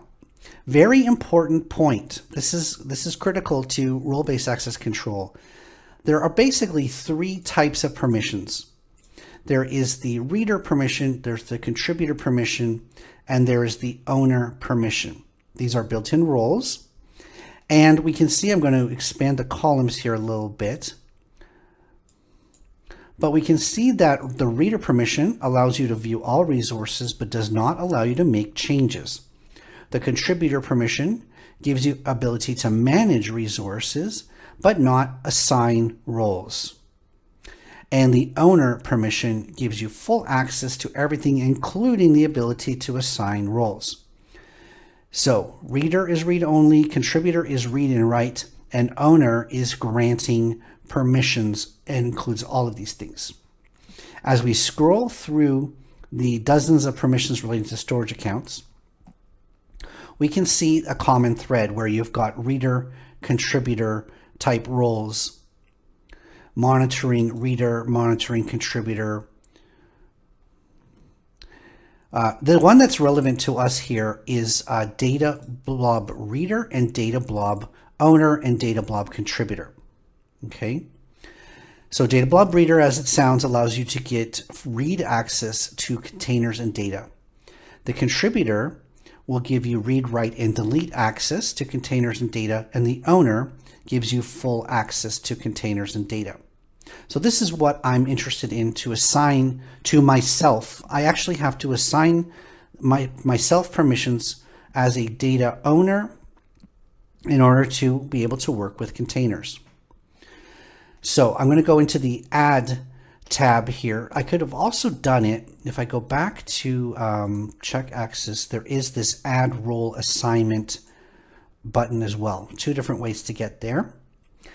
And what I want to grant myself is I want to grant myself Storage Blob Owner. Okay, so I click on that and I say Next. And I'm going to select which members have data owner permissions. I'm going to give it to my 2 administrative accounts. Right? So 2 administrative accounts. I could put conditions on this if there is some type of more fine-grained access control, but I don't need that right now. And I'm going to say review and assign. And basically I've given blob data owner permissions to those 2 users. Now I will not have access to tables, queues, file shares at this point until I grant myself permissions. If I go back to view my access, I can now see storage data owner as being permission for myself, which is exactly what I want. I need this permission in order to start working with containers and with blobs. So let's talk more specifically about PowerShell. Now, the PowerShell is a command line utility that's been shipped included with Windows for many, many years. So if you're running this class on a Windows-based system, then chances are you already do have PowerShell installed.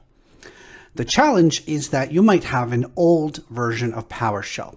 So if you start typing PowerShell from the Windows Start menu, you might see that it says Windows PowerShell, and that is an older version of PowerShell.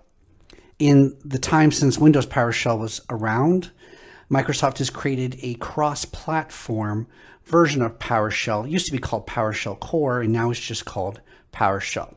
So the latest version of PowerShell is called PowerShell 7, and like I said, it is a cross-platform. It's available for Windows, OS X, and for Linux. Now, we also have a CLI option within Azure that is sometimes called Bash, and that is the equivalent tool within a Linux-based system, although you can get PowerShell for Linux and you can get CLI for Windows. So there is an Azure CLI tool that you can download, available, again, cross-platform for all of the 3 major platforms. Now, it's not just enough to have PowerShell for installed on your system. You also need the Azure specific modules installed as well. Now we can avoid having to install anything in our systems by using what's called the Azure Cloud Shell. The Azure Cloud Shell is available within the Azure portal. It also has a standalone URL. And if you look at the top of the portal, there's this greater than sign and underscore, and that is the link to the Azure Cloud Shell.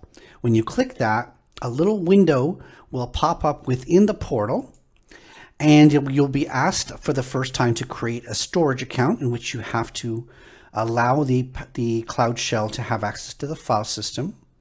And once you've done that, you can run either PowerShell or CLI commands right within your browser. You don't need to download anything. You don't need to install anything or keep anything up to date. So when I'm doing demos in this course, generally I'm going to be doing it within the Cloud Shell. If you're going to take the exam and there's a lab on the exam, you could open Cloud Shell on the exam portal and run your PowerShell scripts or CLI scripts from there. So here's an example of a PowerShell script, get-azvm, and that'll return to you a list of all the virtual machines running on your subscription. And there's various properties that you could append to that command to filter that down. You can filter by region, by resource group, etc. Here's an equivalent command in the bash CLI command set called azvm list. And I'm doing this within Cloud Shell. The advantage here is I don't have to log into my account because I'm already obviously logged into the portal. You can see that the CLI returns a set of JSON data format in its response. So let's talk more specifically about PowerShell. So some years ago, now it's been many years, Microsoft switched over from an old module called Azure RM to a module that's just called AZ. So if you've previously installed PowerShell, previously installed the Azure RM modules, you are going to need to upgrade to the AZ modules.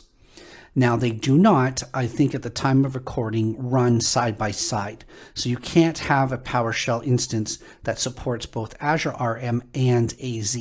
You'll need to either install a new version of PowerShell and install the AZ module into the new version, or you'll have to uninstall the Azure RM module and upgrade to AZ. Like I said, you cannot have them both in the same version. Now, you can have multiple versions of PowerShell on your system. Like I said, you can have Windows PowerShell, you can have PowerShell 7, and have various versions of Azure RM and AZ module. But from the time of recording, you pretty much want the AZ module. There's no really sense thinking much about the Azure RM. All of the online tutorials and the documentation have been switched over a long time ago to the AZ module. So there's two steps involved. If you want to run PowerShell locally and have the AZ module PowerShell's commandlets on your system, you need to do two things. One is you need to either download or update the version of PowerShell that you have. And the second thing you need to do is either download or update the AZ module that you have. So like I said, PowerShell used to be called PowerShell Core. They've since upgraded to PowerShell 7. So I don't even think they support PowerShell 6 anymore for the AZ module. They do recommend PowerShell 7.1 as the minimum.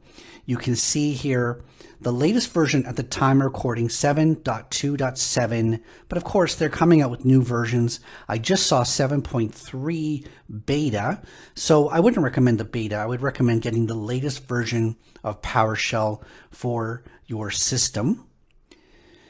And once you've installed that PowerShell, you're going to install the AZ module. Now, either you're installing it from scratch, you've never had it before, you're going to use what's called the install module commandlet, pass in the name AZ, and a couple of parameters to allow clobber and to force in order to get the module successfully installed. Azure also does allow an update module. So if you already have the module and you just want to get the latest version, you can say update module, name AZ, and that will replace the version that you have with the latest. Now you can have multiple versions of the AZ module. So I think on my system, I have 6 or 7 AZ module versions because I just keep installing new ones. I don't think it hurts you to have the multiples, but I think you can do an update and just always have the latest, and that's fine too. To run Azure commands on your local system, you do need to log into Azure. So you use the connect-az account commandlet. That'll open a browser window that you can log into Azure, and then will connect your running instance of PowerShell with your Azure account. So like I said earlier in this video, there is the Azure Cloud Shell, and so you do not need to have PowerShell running locally. It's a total option for you. But some people use it for other purposes, love having PowerShell. It's a great thing for creating scripts and storing all your little commands, your PS1 files and things like that. So if you want to have it, then you can certainly do the steps like I outlined to download the PowerShell application, the latest version, and the AZ module. So at this point, this is your assignment. If you do want to have PowerShell locally, then go to, I'll give you the link in a second, get the latest version of PowerShell. At the time right now it's 7.2.7, 7.3 is in beta. I wouldn't get that one. Here's the link. It's github.com/PowerShell/releases. And then you'll see the latest version for your operating system. Download and install that. And you are going to have to start it up in administrator mode. So however you do that within your operating system, you're going to, in Windows, right click on it and say run as administrator. Or in Linux, I'm sure you can run that as administrator as well. Sudo, run that under sudo, etc. So you're going to run PowerShell as administrator, and then you're going to be able to install the AZ module using the install-module command, or if you already have it, the update-module command as on screen. So now's a good time if you're going to do this. Pause the video, install PowerShell on your system, install the AZ module as I described, and then when we pick that up, we'll do some examples in PowerShell of updating, creating resources in Azure. Also, like I said, you don't have to do this. You can do everything in the Cloud Shell. See you in the next video.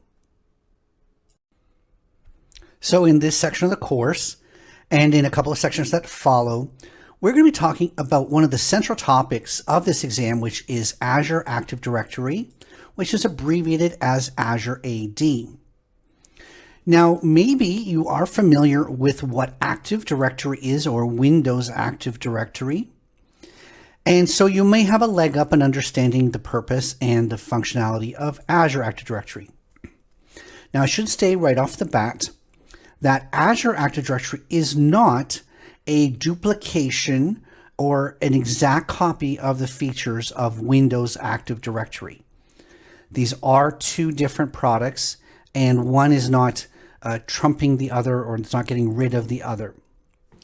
So Azure Active Directory came about because people needed an internet-friendly way to authenticate for remote work and for mobile apps and things like that.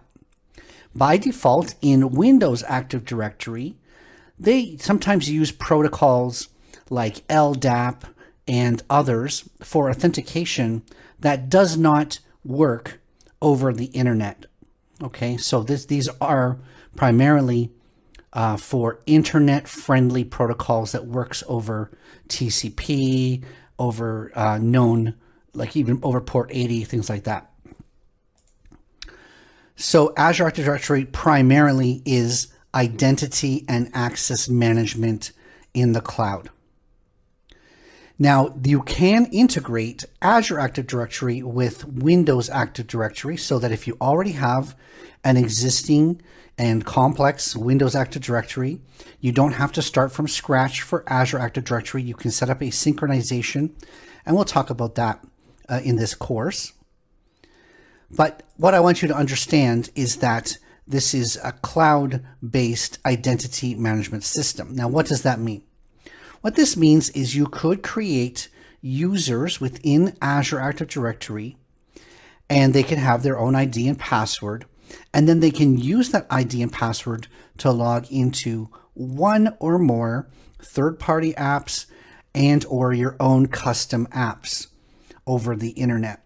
So let's say you're using Dropbox, for instance. Your company is using Dropbox to store files.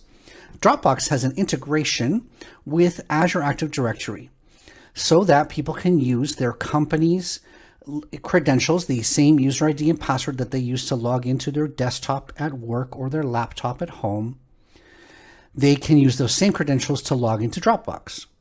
And so Active Directory, in this case Azure Active Directory, is the identity provider for these third parties. Now, you as a company can develop your own software and use the APIs to integrate with Azure Active Directory. What this means is that your company's employees can use their own credentials, their own company email and password, the same that they log into Windows and their desktop, to log into your applications. Okay, so just remembering that one credential and then being able to centrally manage that. So if they change their password, or you can implement password policies, you can protect against identity attacks, sophisticated identity attacks. Administrative users can get also special treatment, maybe multi-factor authentication for higher level users, etc. Now, what the advantage of that is, you do not have to code this yourself. You know, you code the links to the API, but you do not have to code the managing of users, creating of users, updating of their profile, permissions, assigning of permissions, the reporting of that, multi-factor authentication, advanced diagnostics in terms of identity attacks, threat protections, and things like that. Let's go into the features section here and see what they're talking about. So again, you can have certain sophisticated rules that says that if they're in the office, this is the application works like this. And if they are outside the geographical boundary of the office or not connected to your office network, then you require additional multi-factor authentication, additional security. And you can even support passwordless, this new way of not needing to remember a password. Okay. And there's lots of sophisticated administrative tools to see where your risks are if users are being attacked, things like that. Access reviews, lots of things like that. So identity governance, very important. Identity is probably the #1 way that hackers attack in terms of getting access to data and applications. And so Azure Active Directory is a sophisticated identity management tool. I mean, I know if you're just getting started with this, this might be a lot, but we're going to go through this step by step. We're going to set up a brand new tenant if we need, or use our existing tenant, and talk about users and groups and applications and enterprise apps and things like that. So stay tuned for that. So before we get into the content, I just want to take a minute here to talk about the Udemy video player. In the bottom left of the screen is the speed control. And if you think I'm talking too fast or talking too slow, you can change the speed of that down in the left. On the right is the captions. And if you want to see the text of what I'm saying at the bottom of the video, you can choose either the English language captions or in another language. If you want to see a transcript, there's also a transcript button. And so you can see on the side of the screen the script of this video. Finally, reviews are the lifeblood of this course. So if you do choose to leave a review, I would be so grateful. This will help other students to find this course in search. If you're not ready to leave a review, you can click the Ask Me Later button or Ask Me at the end of the course. Both options are available to you. But if you are willing to leave a review, thank you so much for that. I really do appreciate it. Thanks for being a student. If there's something that I can do to make your experience better, please let me know in the Q&A section of the course. Thank you.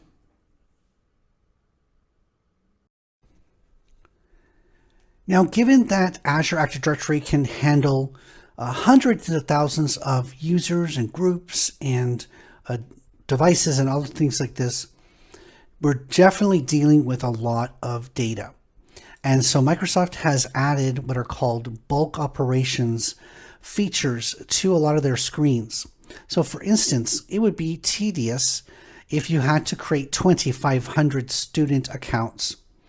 But what you can do is use the bulk create feature to upload a CSV file containing the students. Now there is a CSV template, so if I download it, I can see this template. Now I can open it up in Excel and I can see that there is display name, username, password, stuff like that. So I'm going to fill out some samples here, so just give me a second.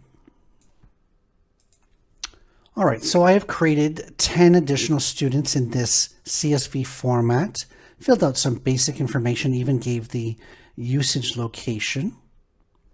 And I'm going to have to save this again as a CSV file. Now I'll be able to pick that CSV and create those 10 users. I'll say submit.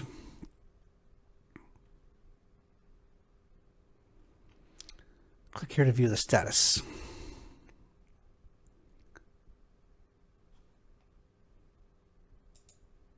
So the completed with no errors, 10 records have been inserted. So if I go back to all users, then I will see that I have 10 new students part of this class. So that is the bulk operations. We will also similarly be able to do operations anytime you are likely to need to work with lots and lots of records, like assigning members to groups. then we're going to have very similar situation where there's a CSV template, and then we can upload that and we can bulk assign members to groups.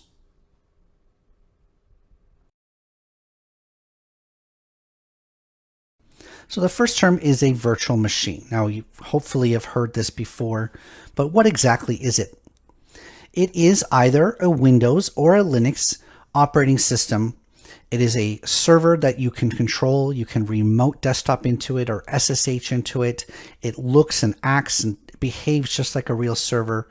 But the virtual word indicates that it's not actually an entire server that you are physically controlling. It is a server that's been virtualized and like a pizza that's been cut up into slices, and you only control one piece. But you wouldn't know that because it looks and acts and behaves just like a full server.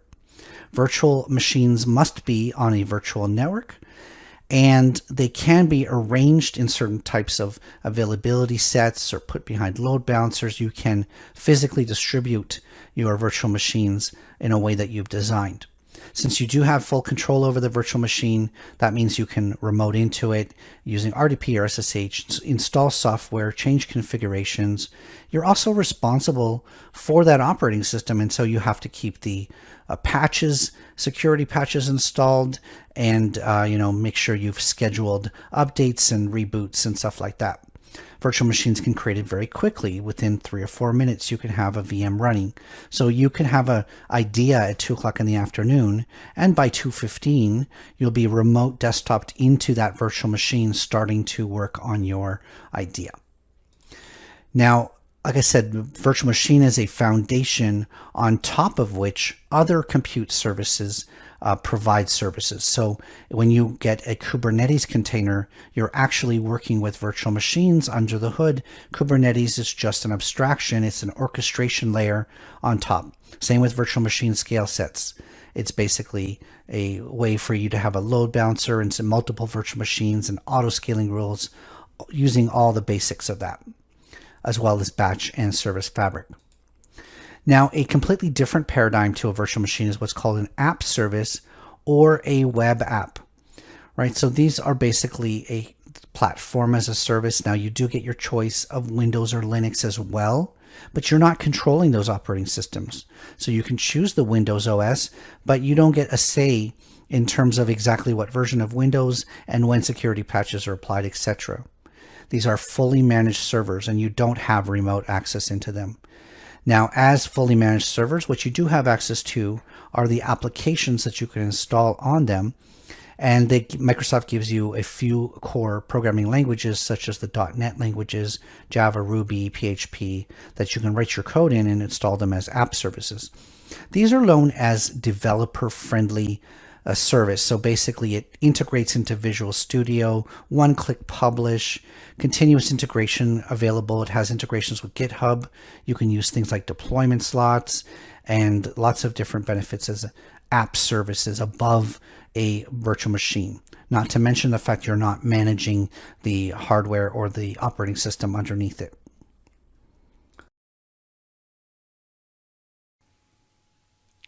So now that you've been able to log in or create an Azure portal account, let's talk about something that affects pretty much everyone when they're first learning Azure for the first time. We do want to avoid any unexpected or surprise costs.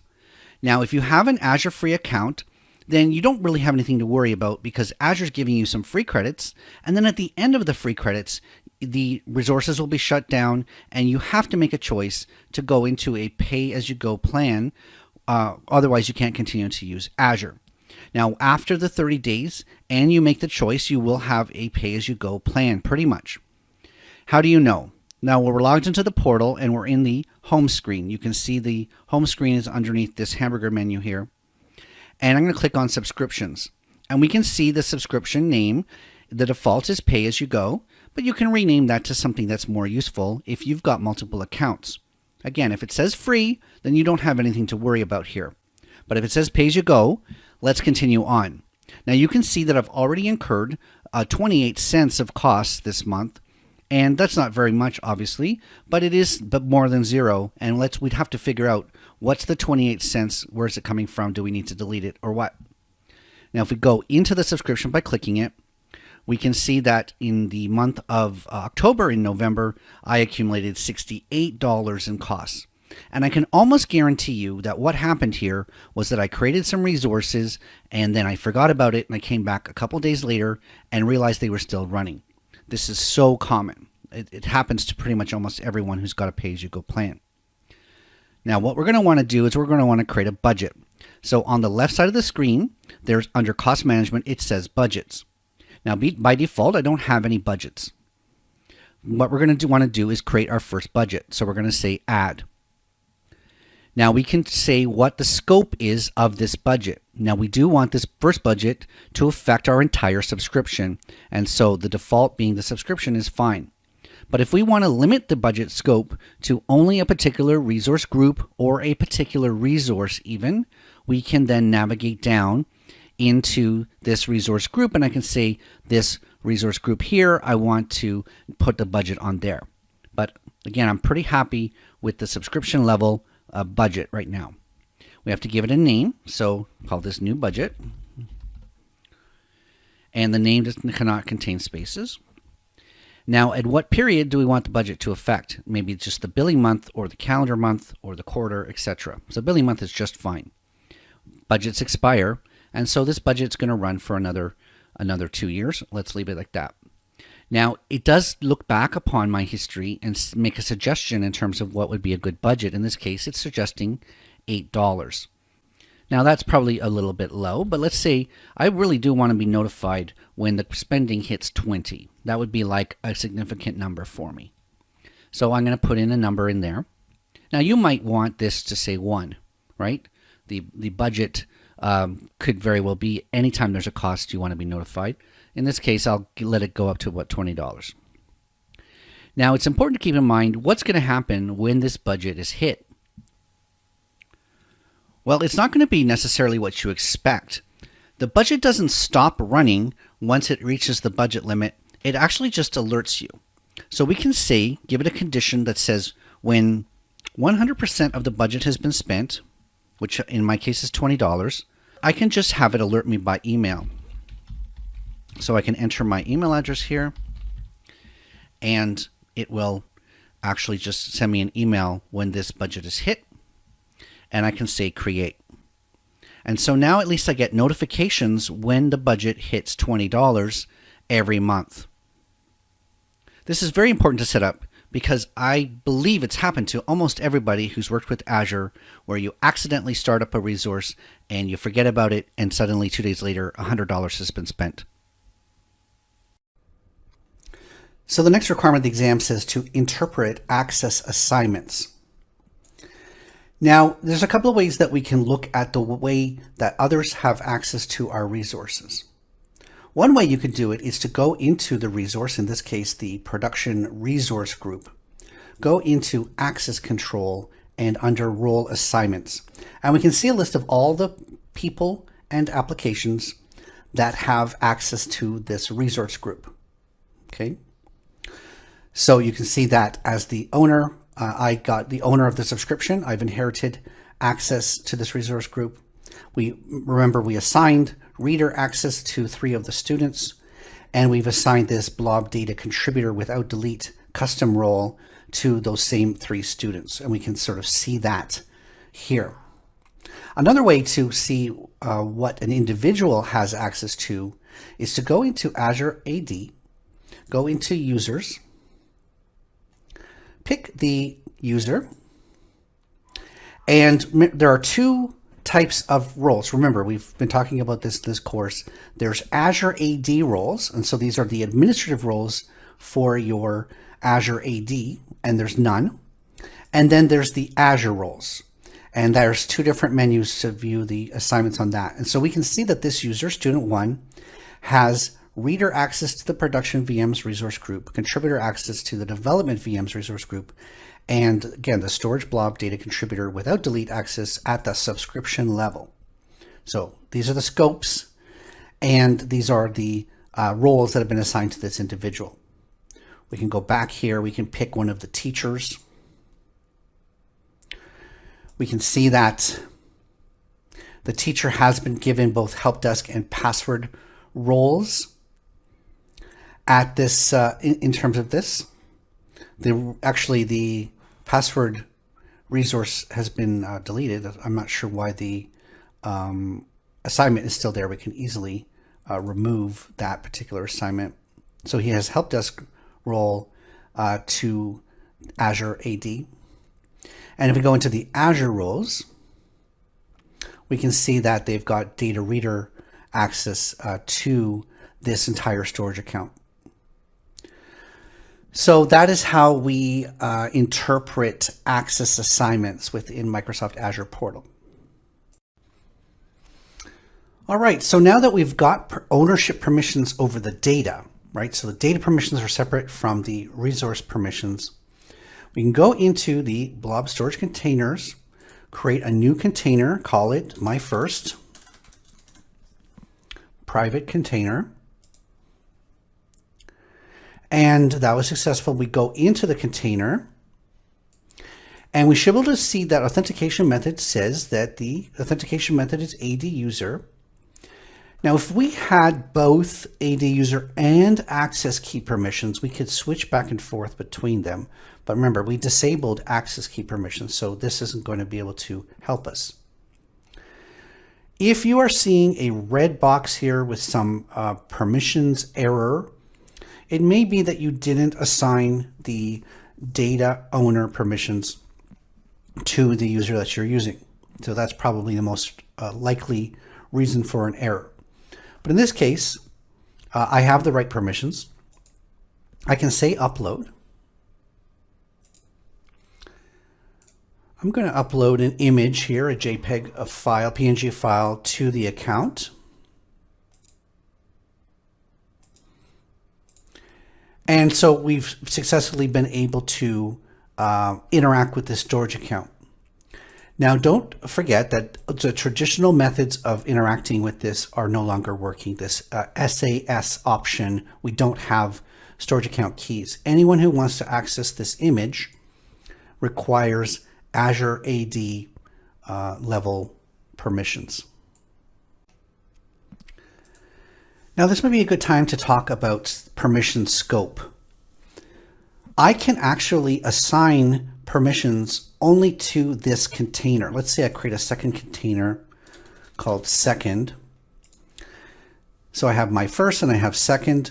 I can assign permissions at the container level and not at the storage account level if I was wanting to. So if I go into access control, obviously I can view my own access and I can assign access. So let's say I want to assign data reader permissions. So not the ability to modify files or upload files, but just the ability to read the contents of a file. And I wanted to do that to my teachers. Okay. So I go teacher 1, teacher 2, teacher 3. So I can assign storage blob data reader to the teachers only on the my first container. I'm going to say review and assign. And we can see under scope, before I click it, this is a bit of Azure speak, but we've got the subscription ID, we've got the resource group, and then we have the storage account, and then we have a very first storage account, and we have containers, and we have my first. So this scope right down to the container level, right? So we can give scope to the subscription, scope to the resource group, which we haven't talked about, scope to the storage account, or scope to the container. Now there's a trick here. As we're working with storage accounts, if I go into view access to this resource, or I'll go into role assignments here, I can see that there are, for the scope, only the my first container, these people have access to it, but these other scopes are inherited. If I go to the second container, into access control and role assignments, then the teachers do not have access to the second container, right? So you can see that permissions can be assigned within Azure at various levels, from the specific container, storage account, resource group, and to the subscription level. All right, our tenant was successful. You can see they clicked the link to your new tenant, and so I'll do that. Now what Microsoft's doing is switching the context, so the whole thing reloads here, and I'm taking directly into my new tenant. Now, like I said, does it really matter that you are using your default tenant, which you are an administrator of, or you're using this test tenant that you're the administrator of? The only thing that matters is that you have administrative privilege to the tenant that you're playing with to learn this course. All right, so we're inside the tenant, and this overview screen obviously gives us the lay of the land. We only have the one user, which would be us. There's no groups, applications, or devices registered to this tenant. And we can see some other information. Now, this tenant ID is used in some scripts and things, so you will from time to time be asked for a tenant ID when you're trying to do something in PowerShell or CLI or something like that. So this is where you would go, the overview screen, to grab that.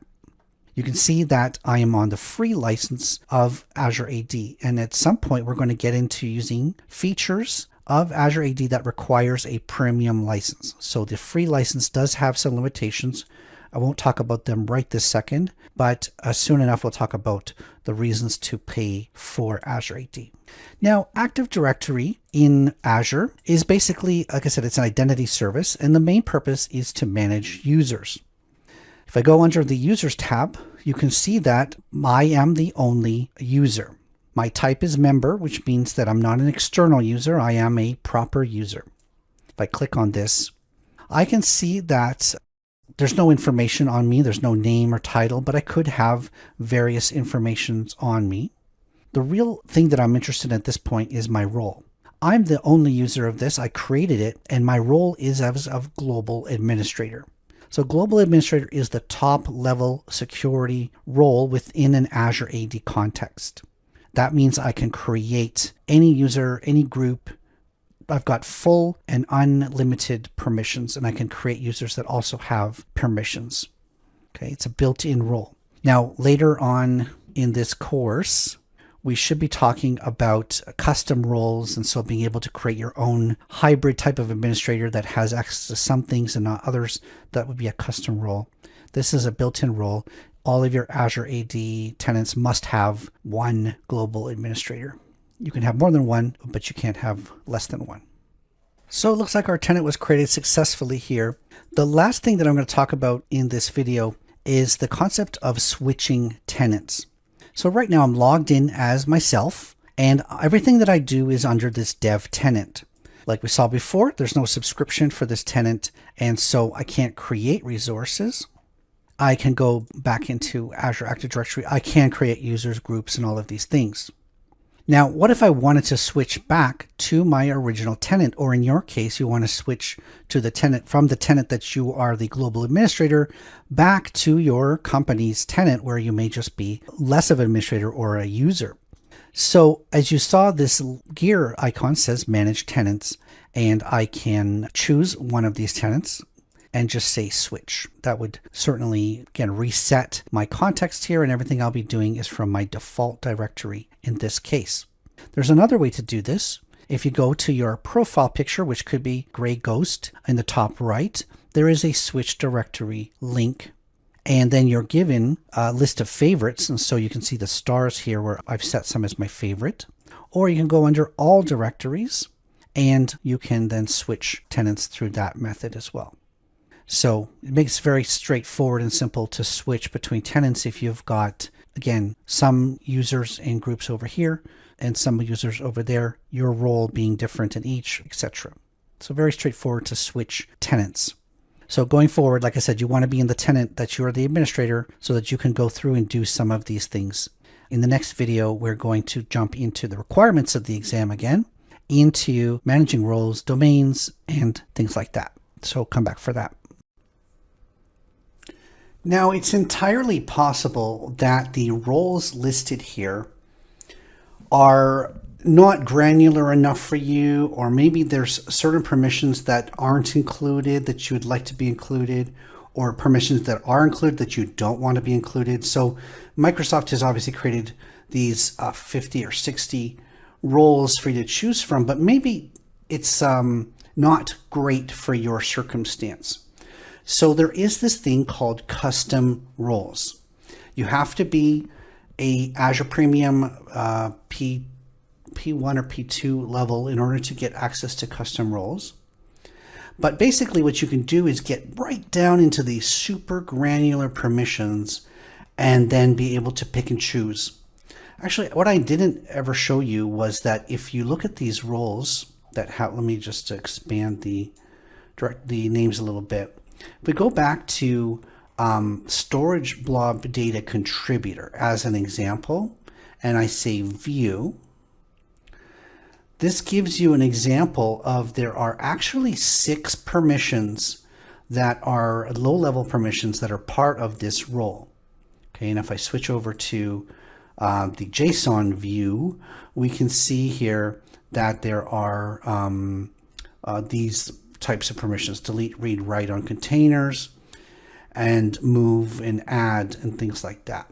Okay, data actions. So maybe, like I said, maybe some of these you don't want them to be able to delete. They can read and they can write, but deleting should be not allowed. That would be an example, a contributor that cannot delete. So you can do a couple of different things, right? You could assign them the contributor permission, and then you can actually assign them a deny assignment for deleting. That would be a bit complicated. This is the type of thing that if you forget to do it, they can delete. What you probably want to do is create a custom role. So we're going to go back to the home page. We're going to go into subscriptions, and we're going to go into the subscription that I'm dealing with here. And we're going to go down looking at access control. And this is the subscription level. So we can look again at the access and who's got access to the subscription. But what we're curious about and interested in is this create a custom role section. So I'm going to create a custom role. And I like that idea. I think what I'm going to do is I'm going to create a data contributor without the delete. Okay, and you name it something that is relevant. Storage blob data contributor without delete. Now you can see there are ways of getting about this. You can start from scratch, which means you're going to have to remember or look it up. What are the permissions a blob data contributor can do? Or probably more helpful would be able to clone this existing role. So I want to clone the storage blob data contributor role.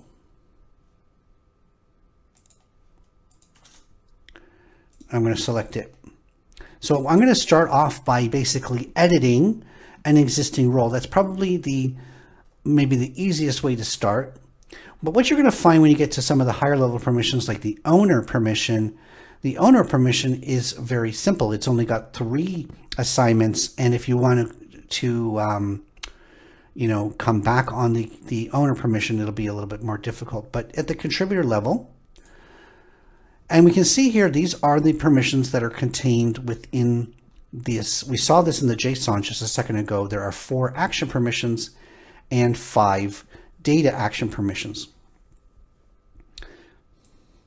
So what I said I wanted to do is I wanted to delete permissions. And we can see here that there are permissions that allow me to delete containers, and I don't want this role to delete a container.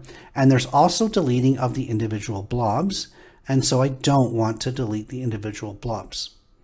I'm going to assume read, write, and all of these other things are what I do want, but I don't want deleting of those things. Now, by default, I'm assigning this to the subscription level, which means that this role is available for every storage account, every resource group, across every container, across my thing. If I wanted to assign a user to this role, then they would apply to everything. An interesting thing here is I could say, really, I'm only interested in the resource group that's first RG, and so this role would be very contained to a specific resource group. But do keep in mind that there are limits. You can only create 5,000 custom roles, and so creating too many roles and too granular a scope, you might bump into that 5,000 limit. We can actually look at the JSON, and we can see here now we don't have the delete permissions. So it's identical to the storage blob data contributor role, but I don't have delete permissions. And I can say great, and I can say create. So I've created a custom role that does not have, it's a contributor without delete permissions. And so if I wanted to, let's say I say role assignment, and I'm interested in my custom role, which is this one. And I'm going to assign this custom role, the contributor without delete. I'm going to pick one of my students. So student 1, let's say student 1, 2, and 3. So these students can access blobs and blob containers, but they can't delete them. They can update them, they can read and write and add, but they can't delete. So in this way, we've used a custom role to give ourselves more granular control over our permissions that the built-in roles aren't giving us. All right, we've seen how you can manage administrative permissions inside Azure AD on the Roles and Administrators menu. And we saw about those 90 built-in roles, mostly having to do with admin stuff like printer management, password management, and Teams and SharePoint and things like that. But what about real resources like web apps, virtual machines, containers, things like that? How do you manage the permissions of users to those resources? I am back in my Azure portal. Now, I just signed up for a free trial on this account. It's eligible for it, I guess. And what I need to do here is I'm going to create a resource, and then that resource, we're going to see how we manage permissions to that resource using Azure AD. So I'm going to create a storage account as my first resource here. So I'm going to go and say create storage account. We have to create a resource group. So this is my first resource group. And we give the storage account a name. So this is my very first storage account. Let's see if that passes validation. I'm going to deploy it into Western Europe. And I'm going to choose the simplest options because we're not really demonstrating how to create a storage account here. We're demonstrating the permissions aspect. So I've created a fairly simple storage account. I'm going to basically go with the default versions on the Advanced tab here. We're going to go with the default versions on the Networking tab. We have the Data Protection tab, which is going to keep the default as well. Encryption, tags, and finally, we're going to create the storage account. So remember, we do get a storage account free as part of this free tier, plus we're getting the credits as well, so it's not really going to be an issue.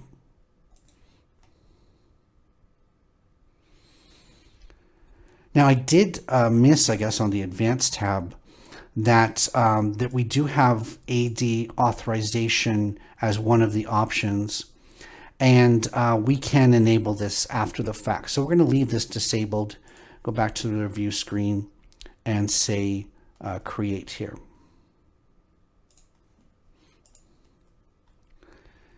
This should create in under 60 seconds.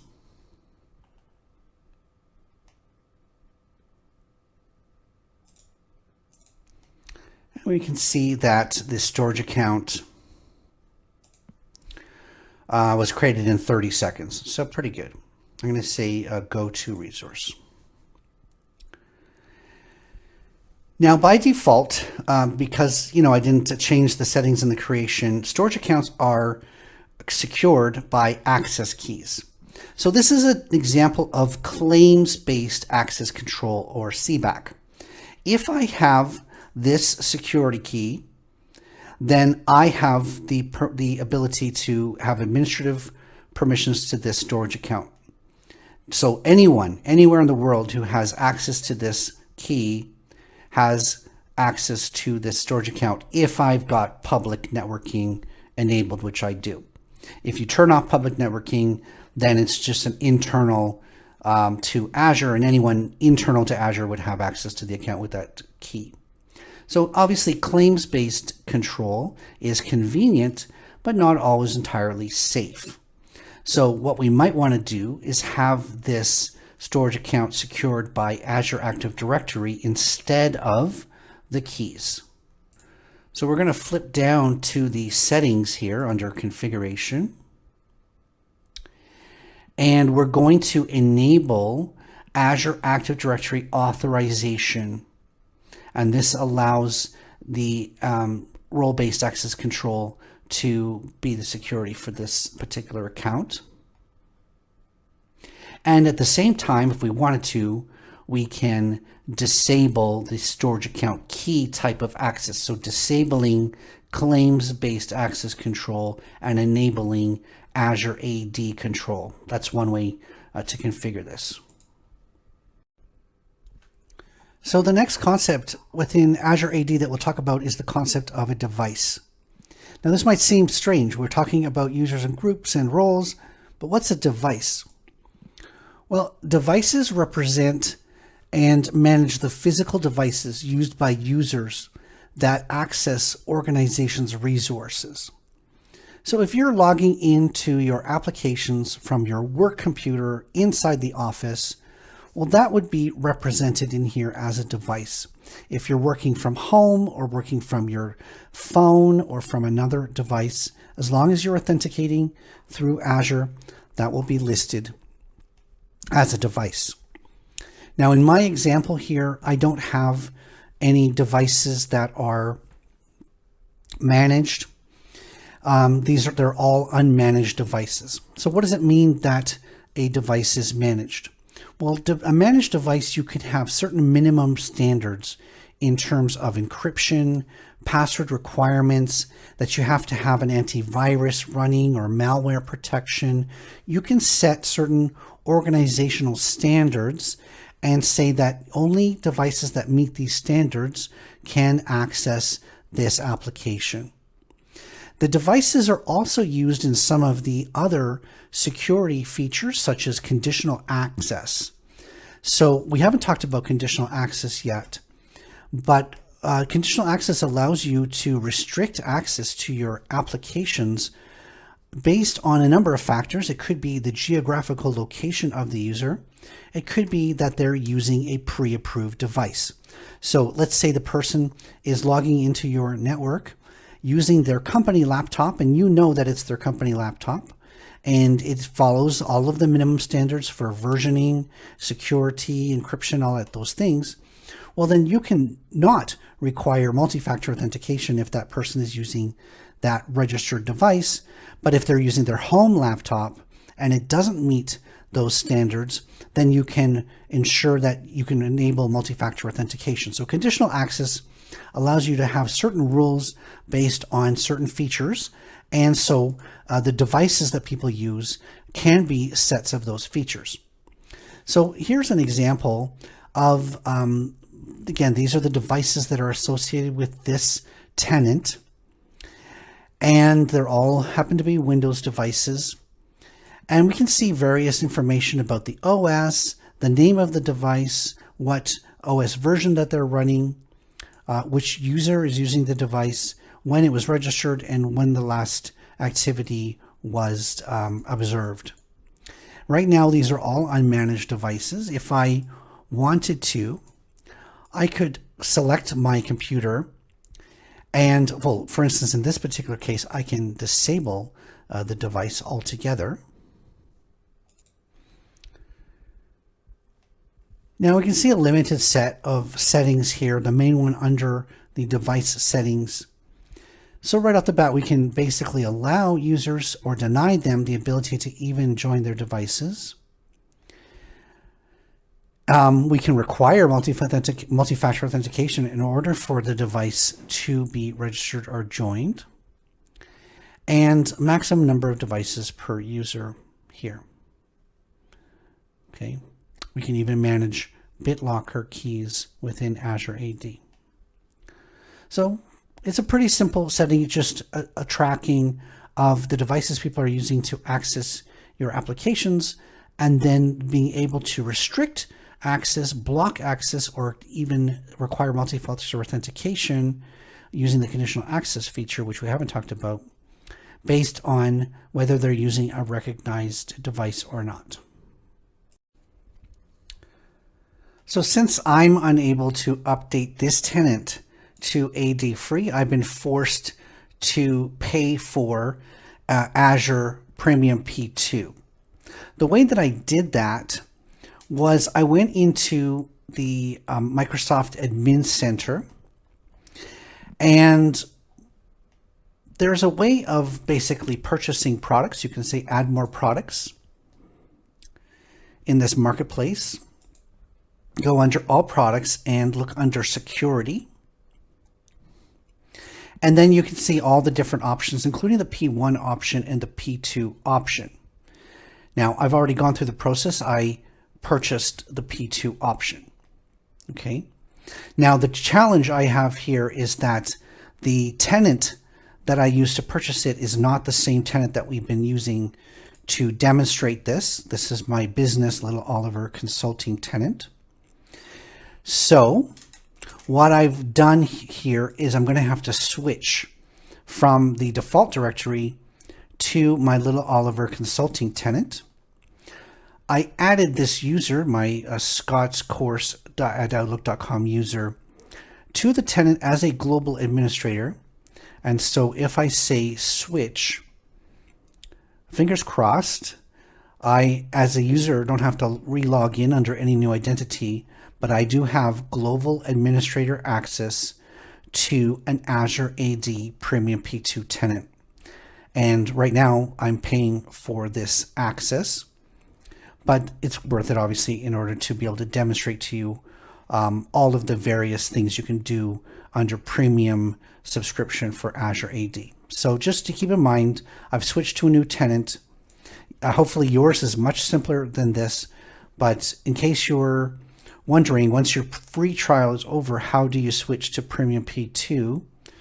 Then you do have to go under you have to basically purchase a license, and then there's a way to do that. And that link is at the top of the free trial here under Purchase Services. So we really haven't talked about the concept of roles yet and role-based access control. There's a whole separate section following this section talking about roles and permissions. But in this video, we're going to move on to talk about what's called administrative units. Now, this is an interesting concept. What I'm going to do before we continue is I'm going to assign a role to the teachers that gives them some kind of permissions within our Azure Active Directory. So I'm going to look at the help desk role. Azure is pretty slow today. So there's a help desk role, and I'm going to assign the 3 teachers 1, 2, and 3 into the help desk role. Now, all you need to know right now is that this gives them certain permissions to be able to, let's say, reset the password of the students. Okay. Now, the way that I've set this up right now is each teacher can be a help desk user for all of the other users in AD. There's no differentiation between which teacher can help which students right now. So it's almost like a role for your whole company, is that these people all have equal access to all users within your Azure AD. Okay. Now, the concept of an administrative unit is a way of segregating these permissions into some type of logical separation. So you can delegate administrative permissions and control over specific areas of the directory to specific administrators. In practicality, what this allows you to do is have certain administrative users, in this case the help desk users, to only be able to affect certain part of your organization, not the entire organization. So this is really a segregation of administrators into areas where they do their work. Now, this makes logical sense if you have your whole company. Let's say you've got 10,000 users in this Azure Active Directory, but they're broken into different departments. And so you have your customer service department, you have your marketing department, you have your sales team on the front lines, and you may have different help desk users helping each of them. They're on the floor with them, they work side by side together with them, but you don't necessarily want your customer service help desk to be touching the sales team's accounts. So this is a way of segregating it. So let's create an administrative unit. I'm going to call this let's call this Classroom 1, because we're dealing with students and teachers. So this is the Classroom 1 administrative unit. And which roles are we going to grant access to AD for this? So let's say this password administrator role, and we're going to say teacher 1. So we've got Classroom 1 and we've got teacher 1, who's a password administrator.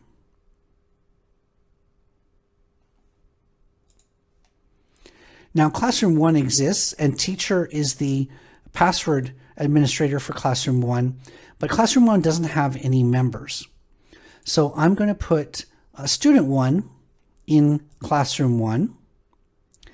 And so now teacher 1 can change the password for student 1. You see what I mean? So this administrative unit allows you to segregate which administrative users can work with which parts of your organization. And of course, it doesn't have to be only users that you're dealing with. Maybe your teacher can work with groups. We talked about groups earlier. And so maybe teacher 1 is the administrator for the student group, but they can't touch any other teacher account.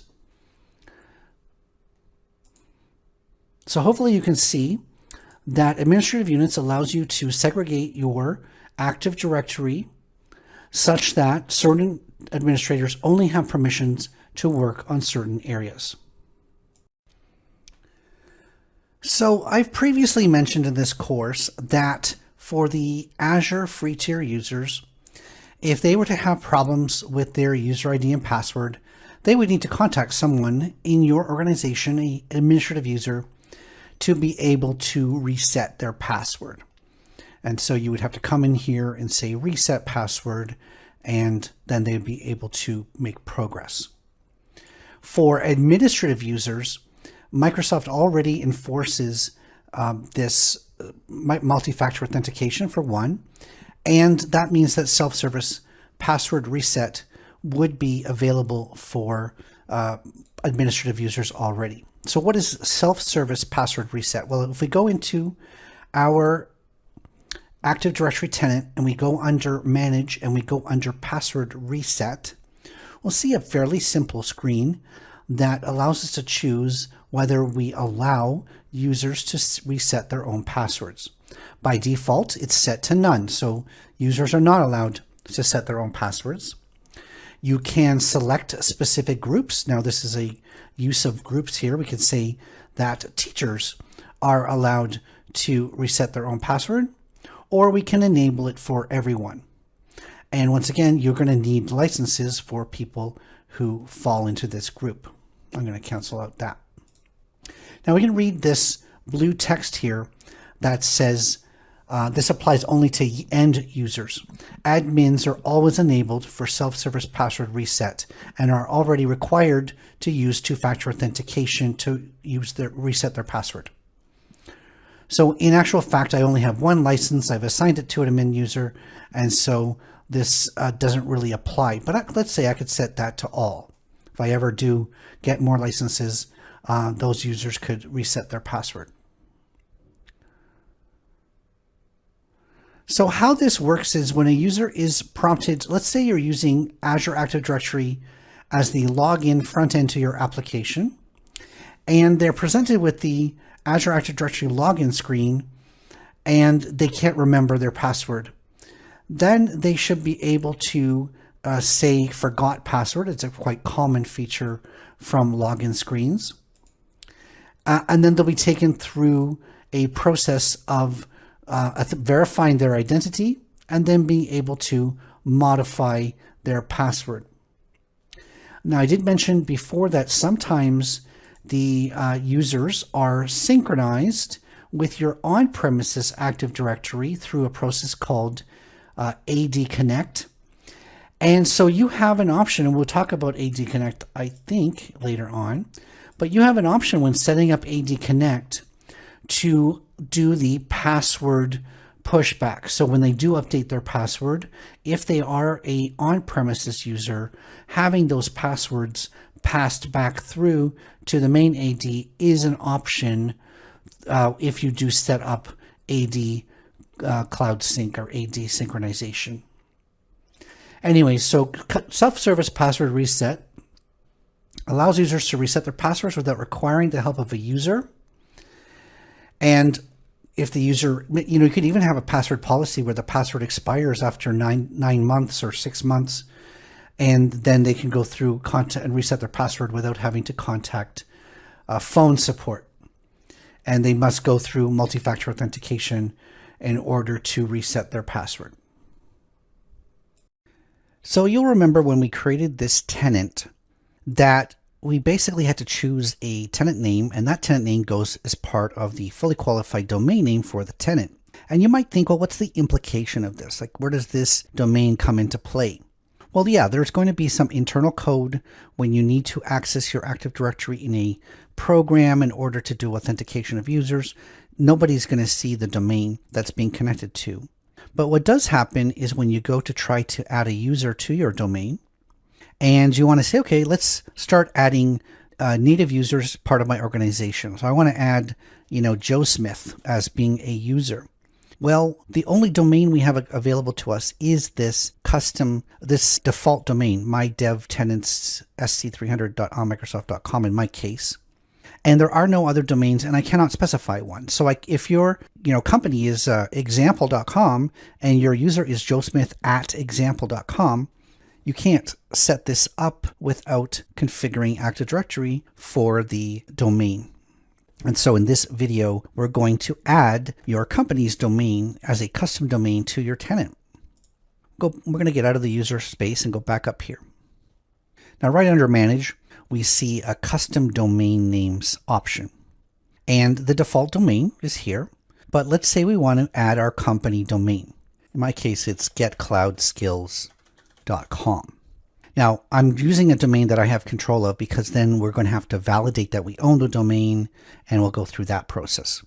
So you're going to add your company's domain name into this custom domain and say add. But in order to prove that we own it, we do need to add either a TXT domain record or an MX record. TXT record is pretty straightforward. Now, if you don't have control of this domain, let's say you are an employee of getcloudskills.com and you don't know where the domain registration happens, then you're going to have to work with whoever does have that. So this record needs to be added to the domain registrar. Now, I use a company called Namecheap, and so I'm going to have to go into my domain registrar under Get Cloud Skills. I can say Manage. Under the DNS section, and I'm going to have to add a TXT record to that section. So it says here, txt record, host name is @ this and a TTL. So go back to Namecheap and I'm going to see add new record, txt, host is that, paste in that value. They wanted 3600. I'm going to leave it as automatic. It doesn't really matter. And so that's been added. Now, there is a thing with domains that is called propagation, where you update your registrar, but that doesn't get pushed into the global name registry for between 12 and 24 hours, and then, takes a while from there to propagate to other caches. Now, it's possible that Microsoft doesn't have this domain cached anywhere, and it needs to end up going directly to my domain registrar to get that. So let's say verify. Successfully verified, even though the status says unverified. So I was able to, in those few minutes, verify this domain. Let's go back here and we can see getcloudskills.com is now verified. Now, the one thing you might want to do at this point is to set your new custom domain as a primary. So if you click on it and you can say make primary, and then the old on Microsoft.com domain goes away, and anytime you refer to this, you can refer to it using your custom domain name.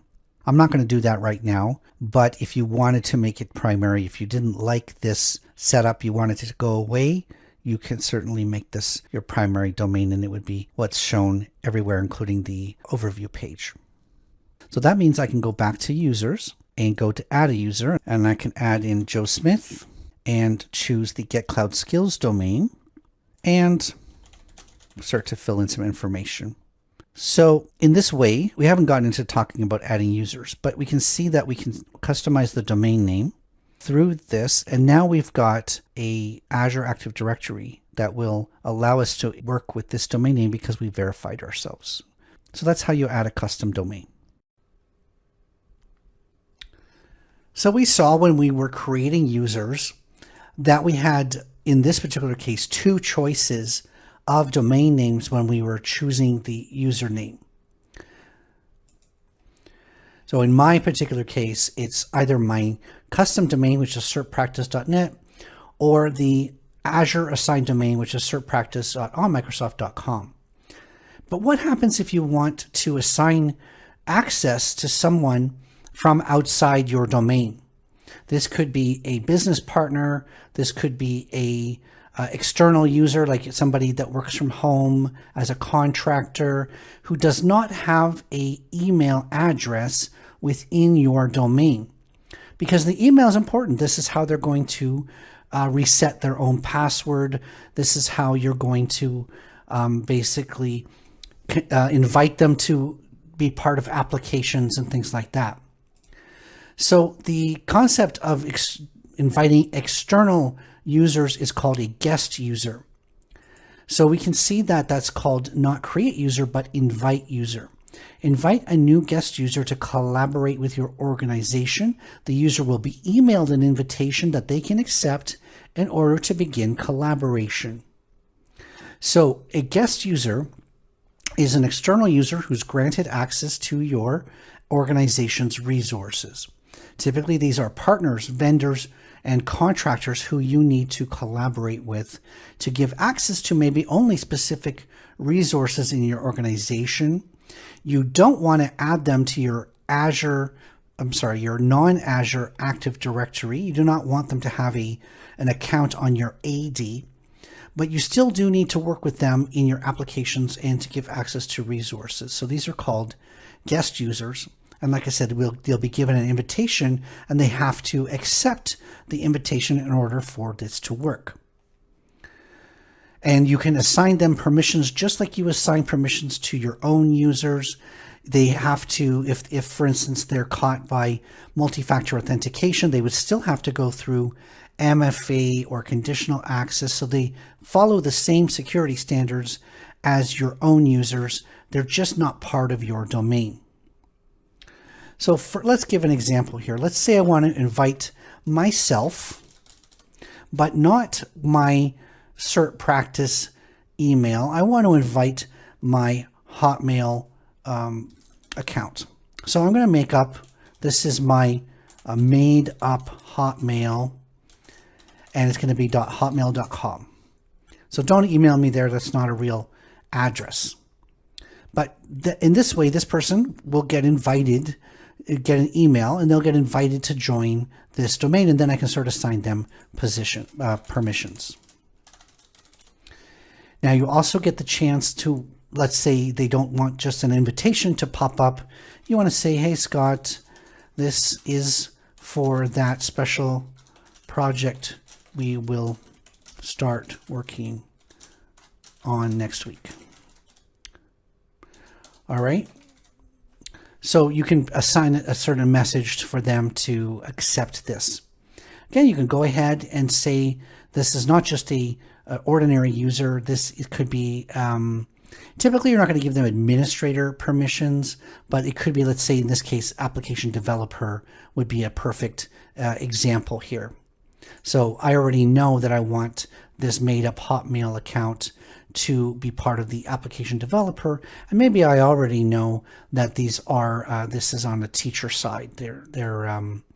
That's their role, and I can allow them to sign in. I can set their user's location. This is again critical for licensing and etc. and say invite. And once I do that, it's going to fire off an email to this address with these things, and then these people can choose to join your organization. Congratulations on finishing this section of the course on Azure Security and Identity Solutions. You've done an amazing job to make it so far in the course, and you really deserve double congratulations for that. I'm not a learning scientist, but taking a break seems like a good idea at a time like this. Perhaps you can call up your friend for a night out, or watch a movie with your friend or partner, or get back to building that tiny ship inside that glass bottle that you've been working on, or just pause this course and take a little break. It's also a very good time to practice.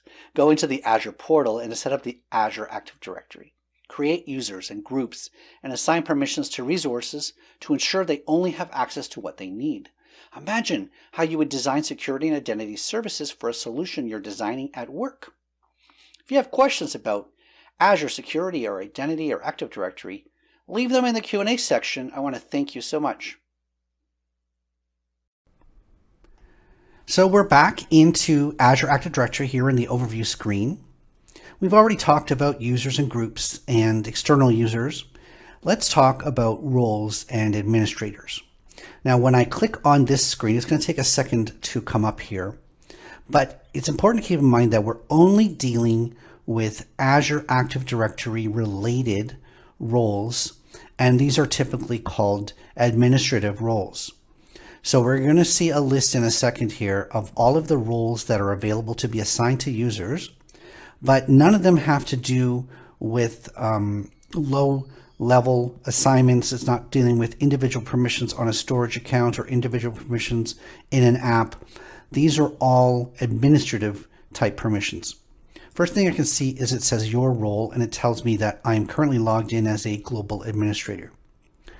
If I was to log into Azure as a student or a teacher, remember I have teacher accounts that are help desk level users, then this role would reflect that. And in that particular case, I might not even be able to do anything on this screen. A lot of these things would be grayed out. So because I'm global administrator is what allows me to continue at this point.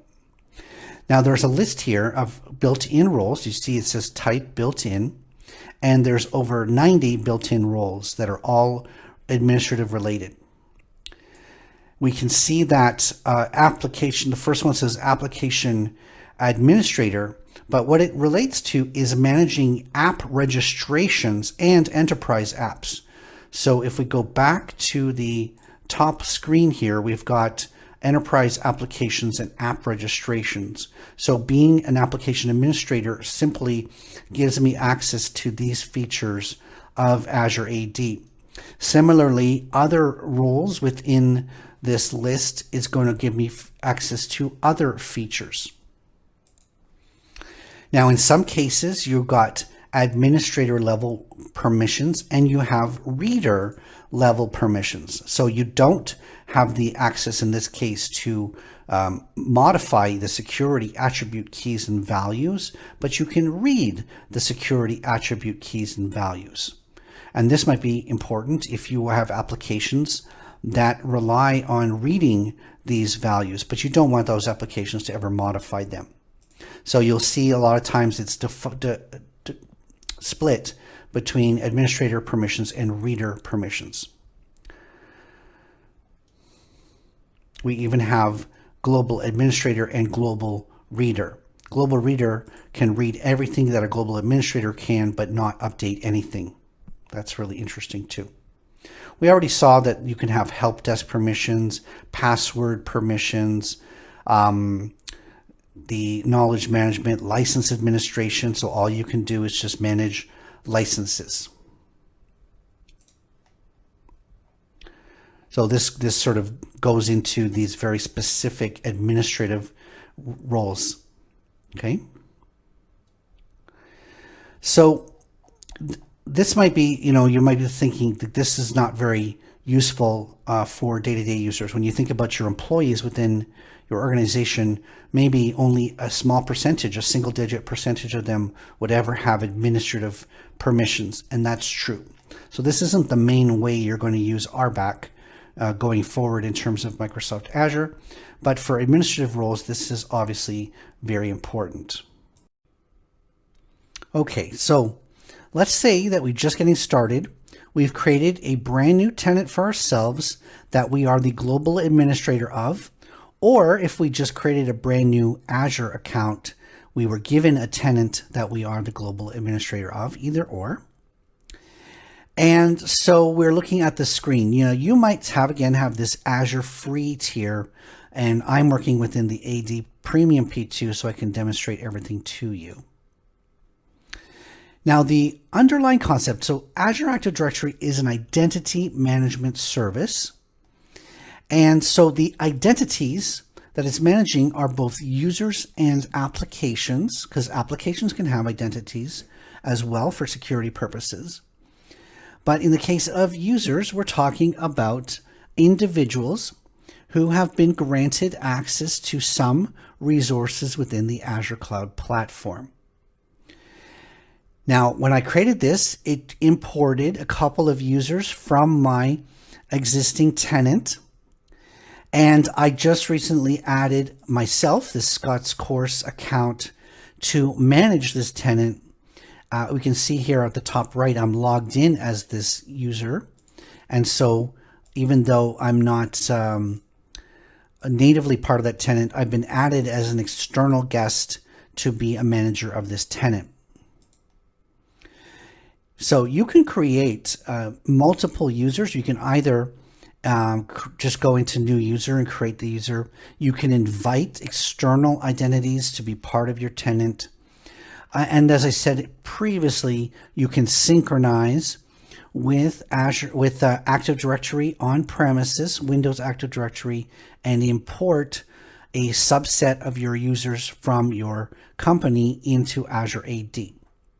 So what we're going to do, the purpose of demonstration, is we're going to create a user. So I'm going under the users tab, I'm going new user, create a user. All right, so I'm just going to pick to create a user template. Now in this particular case, I'm working within a domain that I already own and has already been set up as a custom domain. You might have an Azure assigned domain, the something.onmicrosoft.com. So every tenant has this onmicrosoft.com domain by default. And we'll get into talking about custom domains, and then you'll be able to use your own domain. Okay. So let's just create it using the default domain, this onmicrosoft.com. Users have to have a unique name. So this is test user 1. And you can see there's an @ symbol between it. So the username when they log in is going to be testuser1 at certpracticenet.onmicrosoft.com. This is my tenant's domain. You're going to have your own domain. And then I can call this test user. Test user. Now that's all that's required in order to create a user. I don't have to assign the password. It can auto-generate the password. And I don't have to assign a role or fill out any of the other details. This is all optional. So I'm going to say create. So it's going to go off. It's successfully created, and I can refresh. It might take a few seconds for the Azure portal to get the news, and there we are. Test user is now a member of this tenant. Now the free tier might just be sufficient for your needs because this free tier supports up to 500,000 objects, and that includes users, groups, and contacts, but plenty of room for users and groups within the free tier. Now this user, again, it's a user role. It has 0 permissions. All it can do is it can log into Azure, and that's it. It has no permissions to see anything, do anything, affect anything. It is basically, it's just acknowledgement that is existing as a user, and that's it. So we've just created a user. Now, if we wanted to, we could do various things to this user. We'll go into the properties section. We can see that we have the ability to see all of its settings, where it belongs, and things like that. If I go into edit properties, I can go back and change the name, change the display name for this, add various credentials and things like that.